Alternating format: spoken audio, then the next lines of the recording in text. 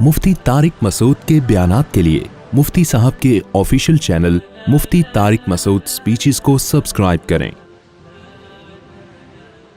الحمد لله نحمده ونستعينه ونستغفره ونؤمن به ونتوكل عليه ونعوذ بالله من شرور أنفسنا ومن سيئات أعمالنا من يهده الله فلا مضل له ومن يضلل فلا هادي له ونشهد أن لا إله إلا الله وحده لا شريك له ونشهد أن محمدا عبده ورسوله صلی اللہ تعالی علیہ وعلی آلہ واصحابہ وبارک وسلم تسلیما کثیرا کثیرا، اما بعد فاعوذ باللہ من الشیطان الرجیم، بسم اللہ الرحمن الرحیم۔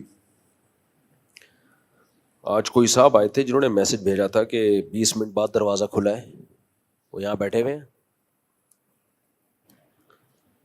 اچھا، شارٹ ہو گئے۔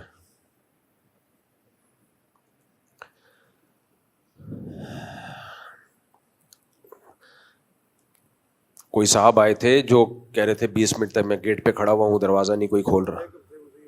یہ آئے تھے، پہلے آئے تھے، وہ باہر کسی دوسرے کنٹری سے تھے۔ خیر، نحمدہ ونصلی علی رسولہ الکریم۔ قرآن مجید میں اللہ تعالیٰ کا ارشاد ہے، لِيَبْلُوَكُمْ أَيُّكُمْ أَحْسَنُ عَمَلًا۔ اللہ نے اس لیے پیدا کیا، اللہ دیکھنا چاہتا ہے تم میں اچھا عمل کون کرتا ہے۔ اس مفہوم پر میں بہت دفعہ بیان کر چکا ہوں کہ انسان کو اللہ نے دنیا میں آزمائش کے لیے بھیجا۔ اسی کو تصوف کی اصطلاح میں کہا جاتا ہے اصلاح کرانا اپنی۔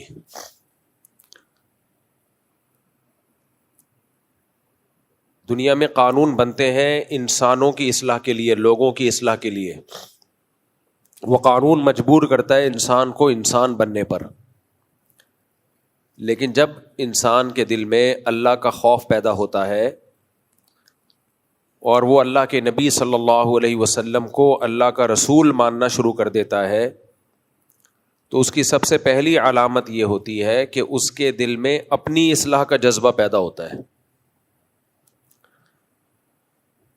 جس آدمی کے دل میں دوسروں کی اصلاح کا غلبہ ہو، اپنے سے غافل ہو، وہ مخلص نہیں ہو سکتا کبھی بھی۔ تو یہ اپنے آپ کو پہچاننے کا کہ میں کتنے پانی میں ہوں، میرا ویٹ کتنا ہے اللہ کی نظر میں، اپنے آپ کو پہچاننے کا سب سے بہتر طریقہ یہ ہے کہ آپ کو اپنی اصلاح کی کتنی فکر ہے کہ میں ٹھیک ہو جاؤں۔ ہم میں سے ہر شخص کو دوسرے کی بہت زیادہ فکر ہے، اپنی نہیں ہے۔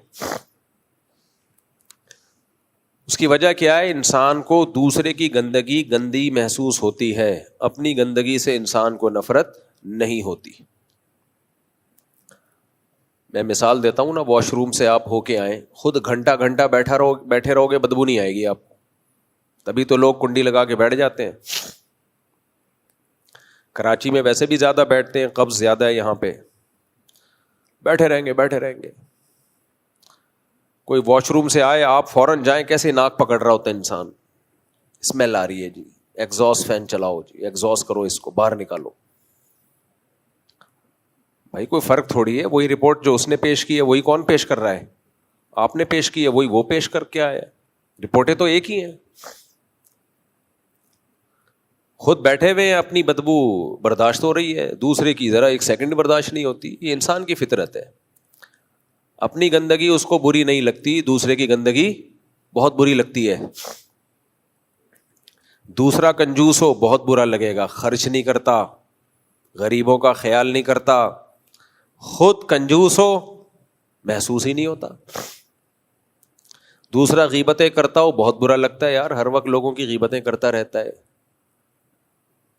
ہم خود کرتے نہ ہمیں برا بولو نہیں لگتا۔ دوسرا بد اخلاق ہو، چیختا ہے، چلاتا ہے، شور مچاتا ہے، بہت برا لگتا ہے۔ خود یہ کام کر رہے ہو بالکل بھی برا بولو نہیں لگتا۔ اور بھی بہت ساری مثالیں، لیکن وہ دوں گا تو آپ فیل کر سکتے ہیں۔ ممبر ہے اس لیے میں نے اتنے احترام سے کہا، آپ کو فیل ہوگا۔ بہت ساری چیزیں جب کوئی دوسرا کر رہا ہو بہت برا لگتا ہے, ہم خود کر رہے ہو ہمیں بالکل بھی برا نہیں لگتا. دوسرے کی پسینے سے بہت بدبو آتی ہے, اپنا پسینہ لے کے گھوم رہے ہوتے ہیں, دوسروں کو سنگھاتے رہتے ہیں. دوسرے کو زکام ہو صف میں آپ کے ساتھ آ کے کھڑا ہو جائے, کتنا برا لگتا ہے, ہر وقت ناک سی سی سی سی کر رہا ہے, اتنا تکلیف ہوتی ہے. ہمارے حضرت مفتی رشید احمد صاحب کو زکام ہوتا تھا تو وہ جماعت کی نماز چھوڑ دیتے تھے, حالانکہ بہت سخت پابند تھے جماعت کی نماز کے, وہ بہت سخت پابند, ان کی تکبیر اولیٰ نہیں چھوٹتی تھی کبھی. زکام ہوتا چھوڑ دیتے.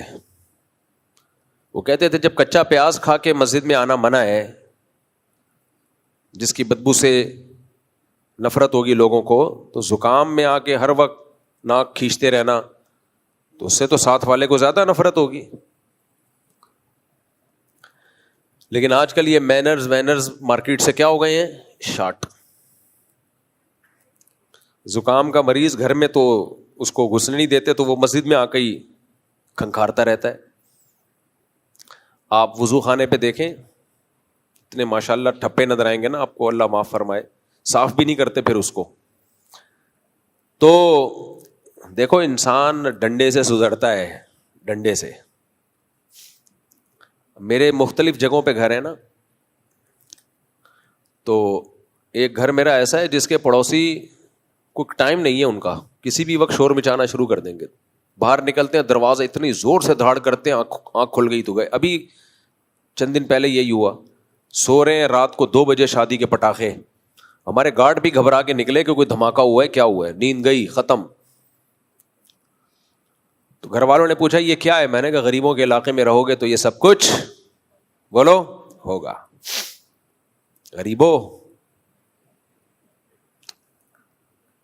تو امیروں کے علاقے میں چلے جاؤ بھائی, یہ بھی غریبوں کا نہیں ہے, متوسط لوگوں کا علاقہ ہے. لیکن آپ ڈیفینس میں جاؤ, ملیر کینٹ میں رہو, فیلکن ہاؤس میں جاؤ, وہاں یہ آپ کو حرکتیں نظر نہیں آئیں گی. اس لیے نہیں کہ لوگ بہت اچھے ہیں, یہی انڈے بچے ہیں, یہیں سے گئے ہیں سارے ڈیفینس میں بھی. اور قانون جہاں مضبوط ہوگا وہاں سب ایک دوسرے کا خیال کریں گے. اللہ کے خوف سے خیال کرنا اس زمانے میں بہت مشکل کام ہے. وہ چند لوگ ہی ہیں مارکیٹ میں جو رات کو 2 بجے فائرنگ نہ کریں یہ سوچ کے کہ کوئی پڑوس میں سو رہا ہوگا. مولانا لوگ خیال نہیں کرتے آج کل, تو غیر مولانا کہاں سے کرے گا. جمعے کی تقریروں میں جو بھونپو لگا کے اسپیکر پہ پوری دنیا کو اپنی تقریر سنائی جا رہی ہے, کیوں بھائی آپ کیوں سنا رہے ہیں؟ آپ اپنی تقریر ان لوگوں کو سنائیں جو سننا چاہتے ہیں, جو نہیں سننا چاہتے زبردستی ان کے کان میں کیوں ٹھوس رہے ہو. تو مائک لگے ہوتے ہیں نا مسجدوں کے باہر. پہلے زمانے میں مسجد کے قریب گھر کی قیمت بہت زیادہ ہوتی تھی. آج بہت سی مساجد ایسی ہیں کہ گھر کے قریب مسجد قیمت کم ہوگی, کیونکہ پتہ ہے بھائی وہ امام صاحب ہر وقت بھونپو ہاتھ میں منہ میں لے کے کچھ نہ کچھ پروگرام پیش کرتے رہیں گے. سارے امام ایسے نہیں ہوتے, لیکن بہت سے ایسے ہوتے بھی ہیں. تو دوسرے کو تکلیف سے بچانا, نبی نے فرمایا المسلم من سلم المسلمون من لسانہ و یدہ. ایک پڑوسی ہے ہمارے, وہ جب کسی کو کیا پتا کس کی بات ہو رہی ہے, اور پڑوسیوں کو بھی نہیں پتا چل رہا کہ میں ان کی بات کر رہا ہوں. چل رہا ہوتا تو اگلے ہفتے صحیح ہو جاتے نا. اس لیے کوئی کسی کی انسلٹ, کوئی کسی کی نہ دل شکنی ہو رہی ہے نہ کسی کی غیبت ہو رہی ہے, کسی کو پتہ ہی نہیں چل رہا کس کی. خود پڑوسی کو نہیں پتا چل رہا کہ میری بات ہو رہی ہے, وہ سمجھ رہا ہوتا ہے شاید دوسرے میرے پاس یہ آپشن بھی ہے نا 4 پڑوسی, تو میں کسی پڑوسی کی غیبت کروں تو وہ اس کو کیا پتا چلے گا میری غیبت ہو رہی ہے, وہ سمجھ رہا ہے کہ دوسرے والوں کی ہو رہی ہے. بہت سارے فائدے ہیں بھائی, کر لو تم بھی, بہت سارے فائدے ہیں, بہت سارے فائدے ہیں. پکڑے نہیں جاؤ گے, کسی سے قرض لے کے کھا جاؤ گے تو پکڑے نہیں جاؤ گے. میں نے قرض لے کے کھایا نہیں ہے, لیکن ایک بہترین آپشن, وہ پتہ ہی نہیں ہوتا بندہ نکلے گا کس گھر سے, پتہ ہی نہیں ہوتا بندہ نکلے گا کس گھر سے. تو نہ بھاگ سکتا ہے کہیں. مجھے باہر ملکوں کے ویزے بھی اتنی آرام سے پتہ ہے کیوں مل جاتے ہیں. جب میں FRC دکھاتا ہوں نا, فیملی ریلیشن سرٹیفکیٹ, اس میں اتنے بچے اتنی بیگم, تو امریکہ بھی کہتا ہے یہ سلپ ہونے والا بندہ نہیں ہے, کینیڈا بھی کہتا ہے یہ بندہ سلپ ہونے والا نہیں ہے, جاپان بھی اس فیملی ریلیشن سرٹیفکیٹ کو دیکھ کے بولتا ہے بندہ خاندانی ہے, بھاگنے والا نہیں ہے. اسی بیس پہ تو ویزا ریجیکٹ ہوتا ہے. ان کو خطرہ ہوتا ہے پاکستانی حالات کی وجہ سے سلپ نہ ہو جائے. جب ان کو پتا ہوتا ہے اتنا بڑا پریوار, فیملی, خاندان, تو کہتے ہیں یار اس کو تو ویزا دے دو, یہ کدھر جائے گا ان کو سب کو چھوڑ کر. لوگ کہتے ہیں اسی بیس پہ ویزا ریجیکٹ ہو سکتا ہے کہ اتنا بڑا خاندان ہے, بیزار آ گیا بھاگ رہا ہے. ایسا نہیں ہوتا. جتنا بھی بڑا خاندان, آپ جتنے بھی بیزار ہو, دنیا میں ہر چیز کو چھوڑ کے بھاگنا آسان ہے, بچوں کو چھوڑ کے بھاگنا آسان نہیں ہے. جو لوگ بھاگتے ہیں بچوں کے لیے بھاگتے ہیں, تو بچوں کو چھوڑ کے کہاں سے بھاگ جائے گا بھائی آدمی؟ کیا خیال ہے؟ تو خاندان کو چھوڑ کے بھاگنا بہت مشکل. تو اس لیے جب تمہارے زیادہ بچے ہوں گے, زیادہ بیویاں ہوں گی, تو ویزا بھی باہر کا آسانی سے لگے گا. آسٹریلیا نے مجھے خود فون کر کے ویزا دیا ہے, کاغذ غلط فل ہو گئے تھے, 2019 یا 20 کی بات ہے. ورنہ آسٹریلیا کا ویزا دنیا کا مشکل ترین ویزا ہے. ڈاکومنٹیشن میں غلطی کر دی, ایمبیسی سے فون آیا کہ آپ کے ڈاکومنٹس غلط سبمٹ ہوئے ہیں, میچنگ نہیں ہے, آپ اس کو یوں کریکٹ کریں اور پھر دوبارہ سبمٹ کریں. سبحان اللہ. میں نے کہا بتائیں کیسے؟ اب مجھے یاد نہیں ہو رہا. انہوں نے کہا آپ لائیں پین کاپی لے کر آئیں, آپ لکھیں, ہم آپ کو بتاتے ہیں. اسٹائل دیکھو یار, عزت دیکھو. ہم لے کر آئے, ہم نے لکھا, تو اس نے بتایا یہ طریقہ ہو. اسلام آباد سے فون آیا تھا, تو ہم نے پھر اس کے حساب سے سبمٹ کیے, لگ گیا ویزا. باہر ملک کوئی کسی سے ٹینشن میں نہیں ہے, وہ سب آپ کو ویزا دینا چاہتے ہیں. نہ ان کو پاکستان سے نفرت ہے, نہ کسی اور کنٹری سے. ان کو نفرت ہے ہمارے ایٹیٹیوڈ سے. ان کو پتا ہوتا ہے یہ کمبخت وزٹنگ ویزا لگا رہا ہے, اصل میں بے روزگاری سے بھاگ رہا ہے. یہاں آ کے سلپ ہوگا, پھر اسائلم داخل کرے گا کہ مجھ پہ خطرہ ہے, خود اپنے اوپر حملے کروائے گا, شب برات کے پٹاخے پھٹوائے گا اپنے اوپر, ویڈیو بنائے گا کہ بم دھماکہ ہوا ہے, اور یہاں آ کے سلپ ہو جائے گا.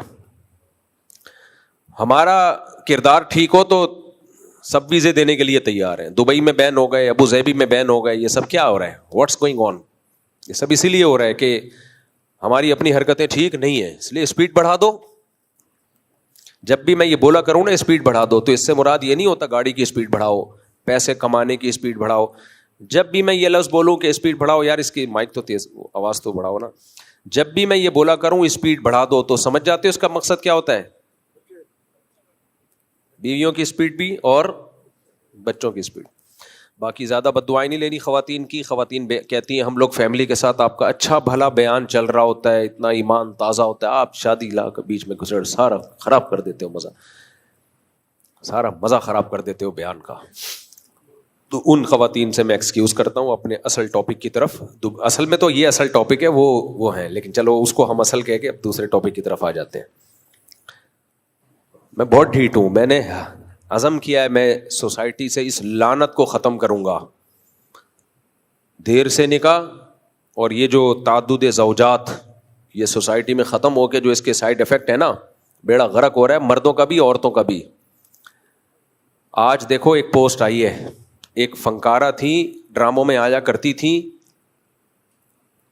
سیاست ٹی وی نے یہ پوسٹ چلائی ہے. محترمہ کی ڈیتھ ہو گئی,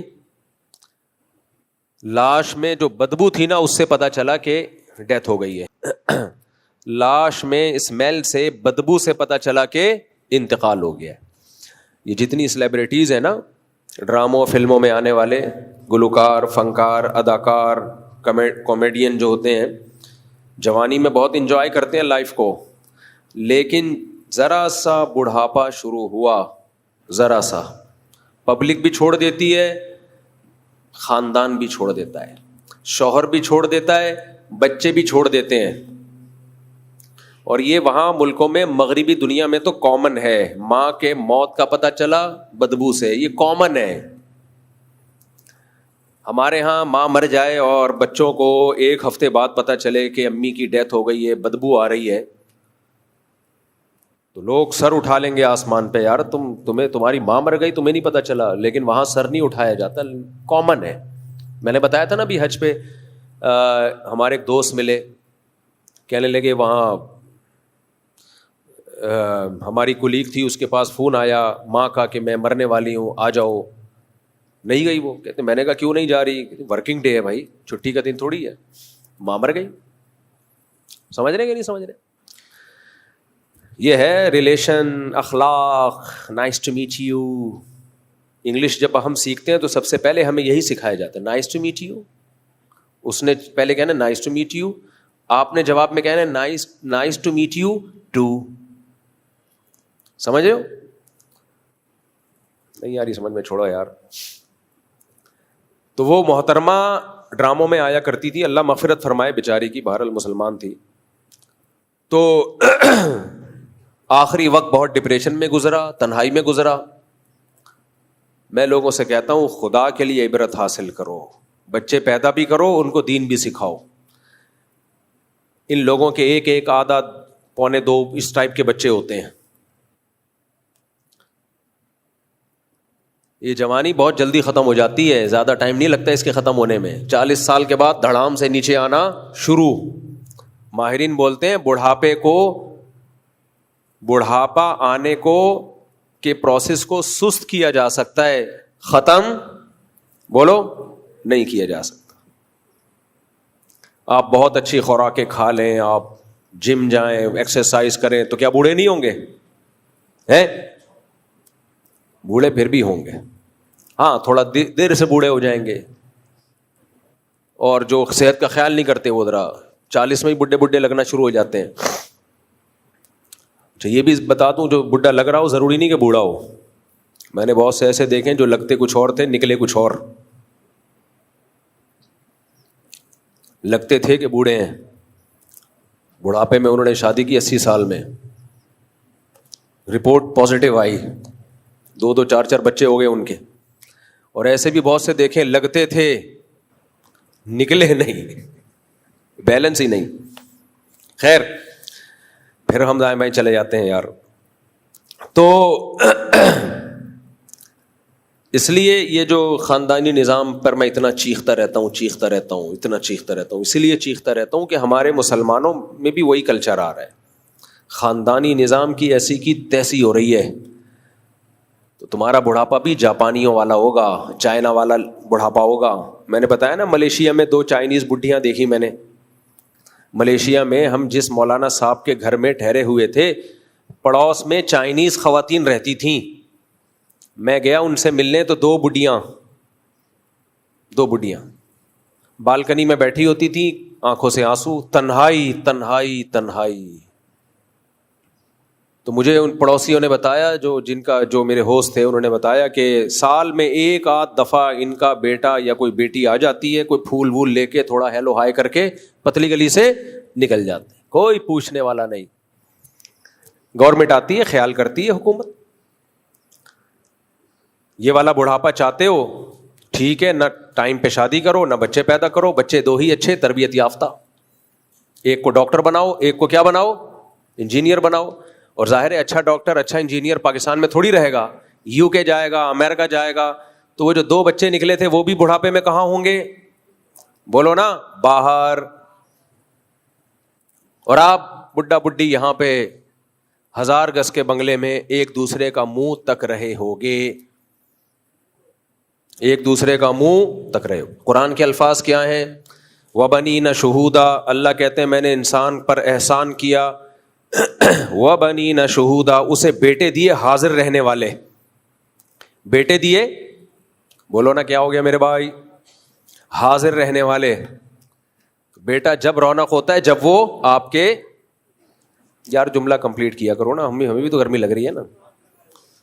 میرا مقصد بیان ہوتا ہی نہیں ہے, میرا مقصد تو آپ کو موٹیویٹ کرنا ہے. میرے جو خالصتاً علمی بیان ہے وہ میرے چینل پہ آپ اسپیچز پہ تفسیر کے لیکچر سن لیں. آپ لوگ کہتے ہیں نا مفتی صاحب آپ ایک آیت پڑھتے ہیں اور دائیں بائیں چلے جاتے ہیں, تو میرے تفسیر کے لیکچر ہیں مفتی طارق مسعود اسپیچز میں, پلے لسٹ میں آپ جائیں گے, اس میں A to Z پورا قرآن ہے. صرف 1 پارہ رہ گیا, وہ بھی انشاءاللہ بھی کمپلیٹ ہو جائے گا. 29 پارے ہو چکے ہیں. 40 منٹ کے 560 یا 61-62 تقریباً لیکچرز ریکارڈ کیے میں نے. وہ خالصتاً قرآن کی ٹو دا پوائنٹ تفسیر ہے, سمجھتے ہو. اس میں کسی سے یہ نہیں کہتا کہ فل ان دا بلینکس یہاں یا نہ میں جواب دیں. وہ ٹو دا پوائنٹ قرآن کی تفسیر ہے. وہ 40 منٹ میں پیش کرتا ہوں. تو جس کو قرآن پورے طور پہ سمجھنا ہے وہ لیکچر سنے. یہ جو مجلس ہوتی ہے جمعہ اور اتوار کی, یہ علمی کم اور اس میں موٹیویشن کا عنصر زیادہ. تھوڑی سی بات ہے لیکن اس پہ موٹیویٹ کرنا ہے, عمل پہ لانا ہے. تو عمل پہ لانے کے لیے پان گٹکے کی مثالیں بھی آئیں گی اور واقعات بھی آئیں گے اور تھوڑا بہت طنز و مزاح بھی ہوگا تاکہ آپ بور نہ ہو. تو یہ سب کچھ چلتا ہے. مجمع کو بٹھا کے رکھنا ہے نا. میں ایسے افلاطون بن کے یہاں بیان شروع کر دوں آپ سارے سو جاؤ تو یہ موٹیویشن تھوڑی ہے. ابا بات سمجھا رہے ہیں اور بیٹا سو جائے خراٹے لے کے, تو اس کا مطلب فالٹ کس میں ہے؟ ابا میں. پتہ ہی نہیں چل رہا یہ نصیحت کر رہے ہیں یا لوری سنا رہے ہیں. تو یہ اسپیکر کا کام ہوتا ہے کہ وہ جب نصیحت کرے, لوگوں کو کسی عمل پہ ابھارنے کی کوشش کرے, تو اس کا اسٹائل ایسا ہونا چاہیے کہ لوگ انگیج رہیں اس کے ساتھ, تاکہ لوگوں کا جو ٹائم ہے وہ ضائع نہ ہو. اس میں میرا ٹائم اتنا ضائع نہیں ہوگا, آپ کا زیادہ ضائع ہوگا. ہاں, تو ہم یہ عرض کر رہے تھے کہ ہم نے جو ابھی مثال دے رہے تھے نا آپ کو کہ یہ جو بیچاری فنکارہ کا انتقال ہو گیا, اور تو کیا ہے یہ باہر ملکوں میں یہی تو ہو رہا ہے, خاندانی نظام کی ایسی کی تیسی. تو ایک بچہ باہر امریکہ گیا ہوا ہے, ایک کہاں گیا ہوا ہے, یو کے گیا ہوا ہے, بوڑھے ماں باپ اکیلے. لوگ کہتے ہیں وہاں بلا لیتے ہیں, بلا کے بھی بیچارے کیا حال ہوتا ہے یار, وہ بات تھوڑی ہوتی ہے. وہ چلے بھی جب ہی جاتے ہیں جب ان کا یہاں کچھ ہوتا نہیں ہے, ورنہ بوڑھا کہاں جائے گا اپنے خاندان کو چھوڑ کر, اپنی جگہوں کو چھوڑ کر. تو اس لیے جو شریعت ہے نا اس کو فالو کرو, اسلام کو فالو کرو, اور توکل کس پہ کرو؟ بولو اللہ. کیونکہ جہاں زیادہ بچوں کی شادیوں کی بات آئے گی فوراً سوال ہوگا کھلائیں گے کہاں سے. بھائی مہنگائی کا دور ہے بھائی, صرف پیدا ہی نہیں کرنا ہوتا, پالنا بھی ہوتا ہے. تو کون کہہ رہا ہے کہ پالنا نہیں ہے؟ ایک مثال دے کے بس آگے چلتا ہوں, میں اصل بیان کی طرف آتا ہوں, یعنی اصل بیان سے ہٹتا ہوں, اصل بیان کی طرف آتا ہوں. تو دیکھو لوگ یہ کہتے ہیں کہ اتنے بچے ان کو پالیں گے کیسے ہم, ان کی تربیت نہیں ہو پائے گی.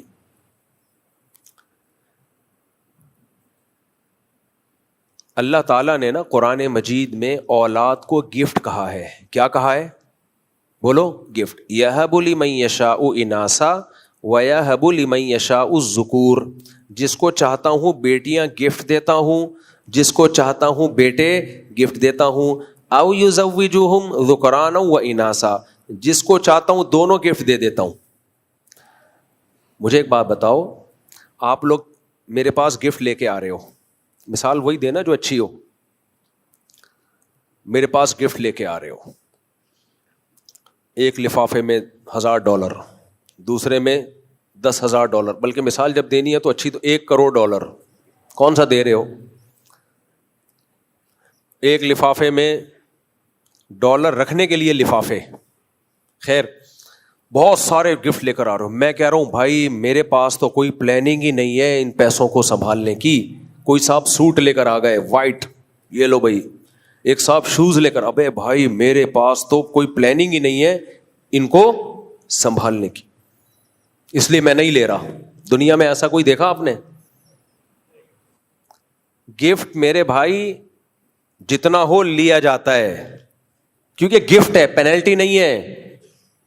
ہاں لینے کے بعد پلاننگ کی جاتی ہے, یار اتنا پیسہ اکٹھا ہو گیا کیا کریں, کتنا صدقہ کرنا ہے, بحریہ ٹاؤن میں مزید کتنے پلاٹ لینے ہیں, گاڑی کون سی چینج کرنی ہے, یہ والی چھوڑ دو پرانا ماڈل ہو گیا نئی والی لے لیتے ہیں, مرغیاں دوبارہ مزید خرید لیں, شادیاں تو کر نہیں سکتے اب, یہ کر لیں وہ کر لیں, بچوں کو اور اچھے اسکول میں ڈال دیں وغیرہ وغیرہ. کیونکہ کھپانے کے لیے بہت جگہ میرے بھائی. کبھی دنیا میں کوئی ایسا بے وقوف نہیں ہوگا جس کو آپ نے گفٹ دیا اور کہ یار رکھنے کی جگہ نہیں ہے, وہ کہے گا لے آ بھائی جگہ بنا لوں گا, میں صدقہ کر دوں گا یار. یہ دنیا میں انگریزوں نے ہمیں ڈال دیا حماقت پہ. انہوں نے بولا اولاد گفٹ نہیں ہے بلکہ بوجھ ہے. یقیناً ہے, گوروں کے لیے ہے بوجھ, انگریزوں کے لیے اولاد بوجھ ہے, کیونکہ ان کے ہاں بچے ماں باپ کو نہیں پالتے, تبھی تو وہ کتے پالتے ہیں. کتے پالتے ہیں وہ, ان کے ہاں بوجھ ہے. کو پتا ہے ہمارے کسی کام کی نہیں ہے. اولاد کے رائٹس ماں باپ کے رائٹس سے زیادہ ہیں. پتا ہے مرے ہوئے ہوں گے, پتہ نہیں جنازے میں بھی آئے گا کہ نہیں آئے گا, کچھ آتے بھی ہیں, ایسا نہیں ہے. تو بھائی وہ توحید پرست تھوڑی ہیں, وہ کلمہ گو تھوڑی, ہم کلمہ گو ہیں. تو گفٹ لینے میں پلاننگ نہیں کی جاتی ہے, لینے کے بعد پلاننگ کی جاتی ہے. تو اولاد جب اللہ کی طرف سے گفٹ ہے, آنے دو. پھر کیا ہے بھائی؟ اور یار دیکھو gift, there are 2 types of gift. ایک گفٹ ہوتا ہے میں آپ کو دوں, لوگ کہتے ہیں میرے باپ کا گفٹ ہے سنبھال کے رکھوں گا, میرے پیر و مرشد کا تحفہ ہے سنبھال کے رکھوں گا. کیا خیال ہے؟ وہ تو سنبھال کے رکھا جاتا ہے. حضرت مفتی تقی عثمانی صاحب دامت برکاتہم کو کسی ان کے پٹھان شاگرد نے 10 روپے گفٹ میں دیے, بہت غریب تھا. حضرت نے اس کو پلاسٹک کوٹنگ کرا کے رکھ لیا. یار ایک غریب آدمی نے گفٹ دیا ہے کتنی محبت سے, وہ 10 روپے ان کے لیے کیا حیثیت اس کی, لیکن انہوں نے کیا کیا, فرمایا کہ میں نے اس کو رکھ لیا, اتنی محبت سے دیا. تو گفٹ کی قدر جب کی جاتی ہے, دینے والا جب آپ کی نظر میں اس کی قدر ہو. گفٹ دینے والے کی اگر قدر آپ کے دل میں ہے تو آپ اس کے تحفے کی بولو قدر کرو گے, چاہے وہ سستا ہی کیوں نہ ہو. دیکھو بقرعید میں ہم گوشت کیوں کھاتے ہیں؟ بقرعید میں اللہ نے 4 دن روزے رکھنا حرام کر دیا کہ نہیں کر دیا؟ کیا خیال ہے بھائی صاحب؟ کیوں؟ اللہ کہتے ہیں میں تمہیں گفٹ میں گوشت دے رہا ہوں, یہ جانور تم نے کاٹا کس کے لیے؟ بولو اللہ کے لیے, میرے حوالے کر دیا, میں اس کا مالک.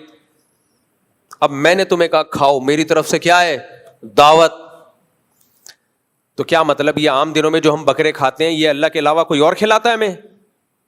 ہیں آپ لوگ بولتے ہی نہیں ہو یار, مزہ ہی نہیں آ رہا. عام دنوں میں ہم جو بکرے کھاتے ہیں یہ کیا جاپان کے سائنسدانوں نے پیدا کیے ہیں؟ یہ بھی تو اللہ نے پیدا کیے ہیں. لیکن اللہ نے کہا روزہ رکھو زیادہ بہتر ہے, شام کو افطاری میں کھا لینا, دن میں کیا رکھو روزہ. لیکن بقرعید میں اللہ نے 4 دن 3 دن قربانی کے, چوتھا دن بھی روزے کو حرام کر دیا. کیوں حرام کر دیا؟ اس کو اسپیشلی اللہ اپنا گفٹ کہتا ہے کہ بقرعید کا گوشت یہ میری طرف سے تحفہ ہے, گفٹ ہے, میری طرف سے ضیافت ہے. تبھی صحیح حدیث میں آتا ہے ایام اکل و شربن, کھانے پینے کے ایام ہیں یہ. اسلام میں صرف 4 دن ہی ہے کھانے پینے کے, باقی سارے روزے کے ہیں. ایک 5 دن, ایک عید کا اور ایک 4 دن بقرعید کے, جن میں 3 قربانی کے, ایک ایام تشریق. 5 دن ہی ہے اسلام میں کھانے پینے کے, باقی سارا سال کم کھاؤ گے ثواب ملے گا, روزہ رکھو گے ثواب ملے گا. تو یہ کیوں اللہ نے بقرعید میں حرام کر دیا؟ اللہ نے کہا یہ میری طرف سے ضیافت ہے. اب گوشت تو ہم پورا سال کھاتے ہیں, لیکن اس گوشت کی نسبت کدھر کو ہو گئی؟ اللہ کی طرف. اب اس کی ویلیو ہماری نظر میں بڑھ گئی. ہم روزہ نہیں رکھ سکتے. اللہ کہیں گے یہ کیا بات ہے, میں دعوت کر رہا ہوں, تم روزہ اپنے دوست کے ولیمے میں گئے, دوپہر کو بلایا اور آپ کھا نہیں رہے, میرا روزہ ہے. وہ کہے گا یار میں نے تو 1 مہینہ پہلے بتا دیا تھا آج میرا ولیمہ ہے, کسی اور دن نہیں روزہ رکھ سکتے تھے. غصہ آئے گا نا اس کو. اس طرح اللہ کو بھی غصہ آتا ہے. تو اولاد, ہر نعمت اللہ کا گفٹ ہے, لیکن اولاد کو اسپیشلی اللہ نے اپنا گفٹ بولو قرار دیا. یہب لمن, ہبا کرتا ہوں, ہبا گفٹ. تو جو اللہ کا گفٹ ہے اس میں آپ کہہ رہے ہو بچے 2 ہی اچھے, واہ کمال ہو گیا. یہ گورے نے آپ کی کھوپڑی کیا کر دی ہے؟ خراب, کیونکہ اس کی اپنی کھوپڑی خراب ہو چکی ہے. ان کے لیے واقعی وہ پینلٹی ہے, عذاب جان ہے. ہمارے لیے عذاب نہیں ہے میرے بھائی. تو اس لیے اللہ کے گفٹ کو بھی گفٹ سمجھو. اور گفٹ پہ جو خرچہ ہوتا ہے نا اسے انسان بوجھ نہیں سمجھتا, کیونکہ گفٹ اگر ایسا ہے کہ اس پہ آپ کا خرچہ زیادہ ہو رہا ہے اور اس کا آؤٹ پٹ کم ہے تو وہ گفٹ نہیں ہے, وہ عذاب ہے. مجھے ایک بات بتاؤ, آپ کو ایک شخص بائک دے کے جائے جس کی ٹینکی بہت بڑی ہو, بہت مہنگی بائک ہو, آپ غریب آدمی ہو, اور بائک ایسی ہو کہ اس میں انجن آئل کا ٹھیک ٹھاک خرچہ, آپ کی پوری سیلری اس میں خرچ ہو جائے, اور ٹھیک ٹھاک مہنگا پیٹرول ڈلتا ہے اس میں, آپ کی تنخواہ اتنی ہے نہیں, تو آپ گفٹ دینے والے کو کیا کہو گے؟ بولو گے بھائی میں یہ کسی اور کو پہنا دوں گا, میں نہیں رکھوں گا. وہ کہے گا نہیں, آپ کو کسی کو پہنانے کی بھی اجازت نہیں ہے, یہ گفٹ ہے, تیرا باپ بھی چلائے گا اس کو. تو یہ گفٹ دینے والے کے بے وقوف ہونے کی علامت ہے یا نہیں ہے؟ توجہ ہے نا, کہ بھائی تو غریب آدمی کو گفٹ دے رہا ہے اور اس گفٹ کو کسی اور کو گفٹ دینے کی, بیچنے کی بھی اجازت نہیں دے رہا, اور کہہ رہا ہے تو ہی چلائے گا اس کو. تو کمبخت جب تو نے اس کو اتنا مہنگا گفٹ دیا کہ اس میں ڈیزل, پیٹرول اور انجن آئل اور اس کی سروس اس کی تنخواہ سے 10 گنا زیادہ ہے, تو یا تو اس کی تنخواہ بڑھوا یا اس کے خرچے بھی دے, بائک کے جتنے بھی ایکسپینسز ہیں وہ سمیت دے, اس کی ٹیوننگ, اس کی سروس, اس کی پیٹرول, وہ سارا تیرے پیٹرول پمپ سے ہوگا, پھر تو ہم اس کو گفٹ مانیں گے, ادروائز یہ گفٹ نہیں ہے, یہ عذاب ہے. اللہ اولاد کو گفٹ قرار دیتا ہے, مالداروں کے لیے بھی اور غریبوں کے لیے بھی. یہ عجیب بات ہے, اللہ غریب کو اولاد دے اور کہے میرا گفٹ ہے, میرا تحفہ ہے, اتنا بڑا تحفہ کہ 2 بکرے کاٹ, گنجائش نہیں ہے تو ویسی کھانا کھلا دے لوگوں کو.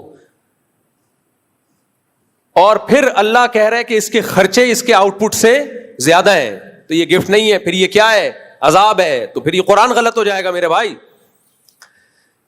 پھر تو قرآن غلط ہو جائے گا, معاذ اللہ, اللہ غلط ہو جائے گا. اللہ کہے گا اللہ تو غریب کو بچہ دے رہا ہے لیکن مہنگائی کے دور میں دے رہا ہے تو اس کو, اور پھر اس غریب کا اتنا خرچہ کرا رہے اس بچے کے اوپر اور اس کا آؤٹ پٹ کچھ بھی نہیں ہے, اس کے ایکسپینسز اس کی انکم سے زیادہ ہیں, تو پھر یہ یا تو گفٹ نہیں ہے, یہ عذاب جان ہے, یا تیرا مطلب پھر کچھ اور ہے. تو اللہ کہے گا میرا مطلب کچھ اور نہیں ہے, میرا مطلب گفٹ کا گفٹ ہی ہوتا ہے, تحفے کا تحفہ ہی ہوتا ہے. لیکن اس کے ایکسپینسز جب عذاب جان بنتے, جب میں ایکسپینسز کی ذمہ داری لیے بغیر یہ گفٹ دیتا, میں یہ گاڑی اور بائک اس کو دے رہا ہوں, یہ کمپنی دے رہی ہے, اس کا سارا خرچہ کس کے ذمہ ہے؟ کمپنی کے ذمہ ہے. اس لیے اللہ نے کہا نحن نرزقکم وإیاہم, اولاد مت قتل کرو, نہ روکو, اس لیے کہ ہم بھی اس کو روزی دیں گے, اس کو بھی دیں گے اور تمہیں بھی دیں گے. سمجھ میں نہیں آ رہی بات؟ کسی لبرل سیکولر کی سمجھ میں نہ آئے تو سمجھ میں آتا ہے, جمعہ پڑھنے آتے ہو پھر بھی سمجھ میں نہیں آتا تو پھر اپنی عقل کا علاج کراؤ, کیونکہ جمعہ کیوں پڑھنے آئے ہو؟ پیسے ملتے ہیں یہاں پہ,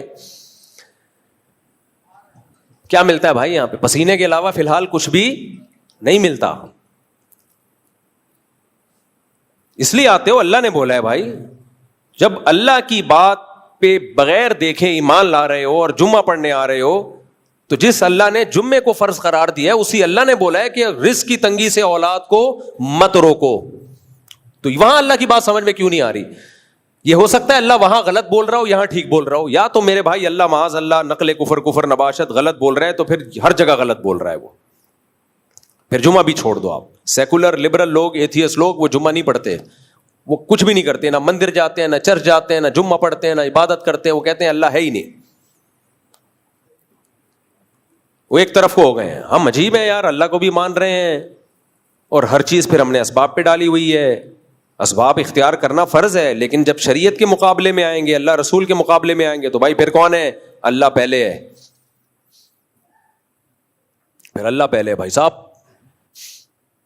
اس لیے اس پر امت کا اجماع ہے کہ غربت کے خوف سے آپ نسل نہیں روک سکتے کہ کھلاؤں گا کہاں سے. نا نا نا نا نا, یہ سیکولر لبرل لوگ یہ کام کر سکتے ہیں, مسلم کو یہ سوچنے کی اجازت بولو نہیں ہے. تو لوگ جلتے, ہر جس کی دماغ میں منفیت ہو نا, پازیٹیوٹی نہ ہو, وہ ہر چیز کو الٹا لے کے جائے گا. میں خود بھگتا ہوا ہوں یہ. میرے دوست یہاں بیٹھے ہوئے ہیں, میری کیا حالت تھی, بچوں میں بچے پیدا کیے جا رہا تھا, لوگوں نے کہا تم اپنی انکم تو دیکھو مفتی صاحب, کھلانے والا اللہ ہے. اب جب اللہ کھلا رہا ہے تو ابے ان مولویوں کے پاس چندے کا پیسہ آ رہا ہے, خدا کی قسم نہیں آ رہا, 1 روپے حرام ہے مجھ پہ چندے کا. میں روزانہ میرے گھر والوں سے پوچھو, بیٹھ کے کیلکولیشن ہی کرتا رہتا ہوں کہ زکوٰۃ کی رقم میری رقم میں مکس نہ ہو جائے, یہ فلاں کل کتنی بڑی رقموں کا حساب لکھ کے روزانہ وصیت اپڈیٹ کرتا ہوں. روزانہ ڈیلی کہ میں مر گیا تو لاکر سے پیسے نکلے تو فلاں فلاں کے ہیں, یہ میرے اس میں اتنے, باقی فلاں کے ہیں, 1 روپے مکس نہ ہو جائے. اس پہ کئی گواہ ہیں میرے پاس, اور اکیلا نہیں چھوڑا ہوا, 3 4 بندوں کو کے پاس وہ سسٹم ہے, نظام ہے, وصیت کی بھی ہے کہ ایک آدمی کے ہاتھ میں نہیں آئے گا. لیکن جب منفی سوچو تو پھر مثبت سوچو تو آپ بولو گے یار مفتی طارق مسعود بولتا تھا نکاح بھی کرو, اولاد بھی پیدا کرو, کھلانے والا کون ہے؟ اللہ. اور اس نے اللہ پہ توکل کیا, عمل کیا, سارے ماشاءاللہ بچے فٹ فاٹ زندہ, میں بھی زندہ. کتنے لوگوں نے مارنے کی کوشش کی, صرف اسی برکت سے نہیں مرا میں کہ اللہ نے کہا یہ مر گیا. تو پھر مسئلہ یہ ہوگا کہ لوگ بولیں گے دیکھو یہ ہوتا ہے. مرنے کا کوئی بھروسہ نہیں ہے, کبھی بھی مر سکتے ہیں, لیکن اب تک تو بچ گئے نا. نہ بھوک سے مرے الحمدللہ, نہ کسی اور طرح سے مرے. اب کوئی مار دے تو الگ بات ہے یہ سن کے. تو اور اپنے ساتھ کے بھی ہم نے لوگوں کو دیکھا, بچے بھی ہو رہے ہیں, شادیاں بھی. اب ہمارے جو دوست ہیں جن کا میں اکثر نام لیتا رہتا ہوں, بیچارے کی محدود آمدن ہے, بچے بھی پیدا ہو گئے, بڑے بھی ہو گئے, بچوں کی شادیاں بھی کرتی ہیں, ان کے بھی بچے ہو گئے, اور بیچارہ پیسے والا سوچتا رہے گا ایکچولی ابھی آمدن اتنی ہے تو ایکچولی اس میں اتنے ہو سکتے ہیں, ایکچولی وہ ایکچولی کرتے کرتے بڈھا 1000 گز کا بنگلہ, پھر وہ کہے گا اب ایکچولی کا ٹائم نکل گیا. تو توکل پیدا کرو, اللہ چہروں پہ رونق لے کر آئے گا. ہر وقت یہ جو منہ خراب ہے نا ہمارا, اچھا یہ نیگیٹو سوچ دونوں طرف سے, اس طرح سے بھی ایک اور طرح سے. ابھی پاکستان نے جنگ جیتی الحمدللہ انڈیا کے خلاف, ساری دنیا میں ہماری عزت ہو گئی. میں سعودی عرب گیا, سعودی بھی مل رہے ہیں ماشاءاللہ, واللہ پاکستانی, واللہ پہلے نہیں ملتے تھے. سیلفیاں لے رہے ہیں پاکستانیوں کے ساتھ, سعودی مزدوروں کے ساتھ, اتنی عزت ہو گئی. خوش ہونا چاہیے لیکن نہیں. ابے یہ سب پری پلان تھا, ابے یہ سب ڈرامے بازی تھا, ابے مودی نے پہلے سے طے کیا ہوا تھا کہ میری بھی مٹی خراب ہو رہی ہے, تمہاری بھی مٹی خراب ہو رہی ہے, تو میں تم پہ حملہ کروں گا, جواب میں تم نے مجھ پہ حملہ کرنا ہے, دونوں کی عزت ہو جائے گی. گورنمنٹ کی طرف سے الٹا سوچنے پر کوئی پابندی نہیں ہے. منفی سوچتے رہو بیٹھ کے. بھائی ڈالر اسٹیبل ہو گیا یار, 285 پہ آ کے رک گیا, ورنہ تو بہت اسپیڈ سے اوپر جا. اب ہے یہ سب ڈرامہ ہے, یہ دکھانے کے لیے. اب کتنا عرصہ دکھائے گا آدمی؟ دلہن کو بیوٹی پارلر میں لے جا کے بدصورتی چھپا دی تو کیا ساری زندگی چھپی رہے گی؟ چلو رخصتی والی رات کو نہیں پکڑی گئی, 2-4 دن نہانے کے بعد تو پکڑی جائے گی نا. اور اگر 1 سال تک پکڑی نہیں گئی تو پھر ٹھیک ہے یار, اسی کو انجوائے کرو. جب آرٹیفیشل خوبصورتی میں بھی تمہیں اوریجنل نظر آ رہا ہے تو ٹھیک ہے نا, مقصد تو حاصل ہو گیا. اب دلہن تیار ہو کے آئی, شوہر کے دماغ میں جو ہے وہ منفیت ہے, وہ کہہ رہا ہے کہ نہیں ایکچولی تم اصل میں خوبصورت نہیں ہوئی, یہ بیوٹی پارلر کی محنت ہے. دلہن کہے گی بھائی 1 ہفتے تک محنت ہوتی ہے, 2 ہفتے ہوگی, سال ہو گیا, 2 بچے پیدا ہو گئے. کہے گا نہیں اصل میں میرے ساتھ دھوکا ہوا ہے, تم اتنی خوبصورت ہو نہیں جتنی دکھ رہی ہو. کہے گی بھائی دھوکا جھوٹ 2-3-4 دن تک چلتا ہے نا, 2 بچے پیدا ہو گئے, مننے کے ابا بن گئے, اور اب کہہ رہے ہو یہ جو میرا رنگ ہو رہا ہے یہ کریم سے ہوا ہے, اوریجنل میں نہیں ہے. تو یہ ہماری قوم کا اس وقت حال ہو گیا ہے ملک کے بارے میں, پاکستانیوں کا. ملک کے خلاف اتنی نیگیٹیوٹی ہے کہ بے شمار پازیٹو چیزیں سامنے آ رہی ہیں, مگر میں نہ مانوں. آج میری ایک دوست سے گپ شپ ہوئی, میں نے ان کو انڈیا کے ایک چینل کا لنک بھیجا جس میں انڈیا کہہ رہا ہے کہ مودی نے ہماری ناک کٹوا دی, پاکستان آرمی کے بارے میں یہ کہا یہ تو کمزور ہیں, ان کے پاس تو جہاز نہیں ہے, رافیل کی ایسی کی تیسی کر دی, یہ کر دیا وہ کر دیا, اور یہ کیا ہو گیا. میں نے کہا دیکھو دشمن کہہ رہا ہے کہ ہم جیت گئے, اور پھر انڈیا کہہ رہا ہے امریکہ نے پاکستان کے چیف کو بلایا ہے, بھائی زہرانہ دے رہا ہے اس کو, لنچ پہ بلایا ہے. یعنی ہمیں پوچھ نہیں رہے, اب پوچھ کس کو رہے ہیں؟ پاکستان کو پوچھ رہے ہیں, آرمی چیف کو بلا رہے ہیں. یہ انڈیا غم سے, جو ان کا چینل ہے نا مودی, جو مودی کے فیور میں لوگ ہیں, وہ غم سے نڈھال ہو رہے ہیں یار. اب ہمیں تو امریکہ تو طاقتور کو سلام کرتا ہے بھائی. امریکہ نے دیکھا یار تم ہار گئے تو تیل تو ان تیلوں میں نہیں ہے, تیل تو پاکستان میں ہے, تو وہ تو ہاتھ بڑھائیں گے نا دوستی کا. وہ کہیں گے یار یہ چائنا کے ساتھ کیوں اتحاد کر رہے ہو, آؤ ہمارے ساتھ اتحاد کرو. اب اس اتحاد کے نتائج کیا سامنے آئیں گے فائدہ ہوگا یا نقصان ہوگا یہ تو ایک الگ بحث ہے, یہ تو فیوچر میں پتہ چلے گا, اللہ کرے فائدہ ہو نقصان نہ ہو, نقصان بھی ہو سکتا ہے, کچھ بھی ہو سکتا ہے, لیکن اتنی بات تو پازیٹو ہے نا کہ بھائی پہلے تو وہ آپ کو اتنا پروٹوکول بولو نہیں دے رہے تھے, اس نے بھی دیکھ لیا بھائی صاحب دوستی کا ہاتھ بڑھاؤ, اب آپ کو عزت ملی ہے, اس پہ بھی لوگ کہہ رہے ہیں نہیں یہ تو پہلے سے ملی بھگت تھی دونوں کی, ملی بھگت تھی دونوں کی, یہ تو پہلے سے پلان تھا کہ ہم یوں کرنا پھر یوں کرنا پھر یوں کرنا پھر یہ کرنا وغیرہ وغیرہ بناتے رہو, اور معلومات 1.5 انچ کی بھی نہیں ہے بالکل. وہ جو میم بنائی ہے نا کسی نے, ہمارے تبصروں کی حالت کیا ہے, جو ہم تبصرے کرتے ہیں بیٹھ کے, شارٹ کلپس آتے ہیں نا, میں نہیں دیکھتا, کبھی کبھار دیکھتا ہوں, لیکن جب دیکھتا ہوں تو پھر خاندانی چیزیں دیکھتا ہوں. وہ ایک شارٹ کلپ آتے ہیں, اس میں وہ لڑکے لال رنگ کا ماس منہ پہ چڑھا کے آتے ہیں, ایک ہی لڑکا ہے میرا خیال ہے, بہت سارے کردار کر رہا ہوتا ہے, آنکھیں خالی کھلی ہوئی ہوتی ہیں, کوئی بحیائی نہیں ہے اس میں. تو اس نے بتایا کہ جیسے انڈا موڑ کے ہوٹل پہ نہیں لوگ لڑکے بیٹھے ہوئے ہوتے ہیں, لونڈے لپاڑے بیٹھے ہوئے ہیں, باتیں کیا ہو رہی ہیں, ایک کہہ رہا ہے یار بزنس شروع کرتے ہیں, دوسرا کہتا ہے دیکھ بھائی اگر بزنس کرنا ہے 50 لاکھ سے کم میں نہیں ہوگا, مذاق, اگر خاندانی بزنس کرنا ہے تو 50 سے کم میں نہیں. دوسرا نے کہا 50 کرنا ہے تو پھر 1 کروڑ سے شروع کرو.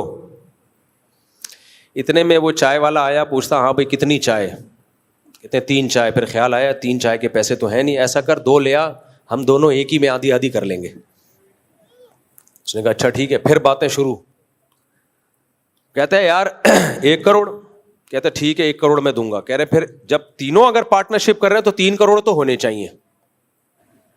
مزہ جب ہی آئے گا جب کم سے کم کس میں ہو, 3 کروڑ میں. پھر وہ آیا پراٹھا, اب مجھے پورے الفاظ یاد نہیں ہے نا ان کے, جتنا مجھے یاد رہ گیا اپنے الفاظ میں بیان کروں. میسج دیا بڑا خاندانی میسج, پراٹھا, وہ کون سا پراٹھا, آج کل ایک اور پراٹھا آ رہا ہے نا چیز کا پراٹھا. تو انہوں نے کہا یار وہ رہنے دے, سادہ پراٹھا لے آ. کیوں بھائی, ابے پیسے نہیں ہیں. ایک پراٹھے میں 3 آدمی شریک ہو رہے ہیں, کٹ چائے منگوا رہے ہیں. جب پیسے دینے کی باری آئی تو پیسے کم نکلے, تو وہ ہوٹل والا کہتا ہے کم بختو باتیں کروڑوں کروڑوں کی کر رہے ہو یہاں بیٹھ کے, جیب میں دھیلا نہیں ہے. ہمارے یہاں جو کہتے ہیں نا دکان پکوڑوں کی اور باتیں کروڑوں کی, تو ایسے بیٹھ کے تبصرہ ملک کے بارے میں ہم کر رہے ہوتے ہیں جیسے ساری نالج اسی پہ آسمان سے نازل ہوئی, اور اس کی بیس ہے نیگیٹیوٹی.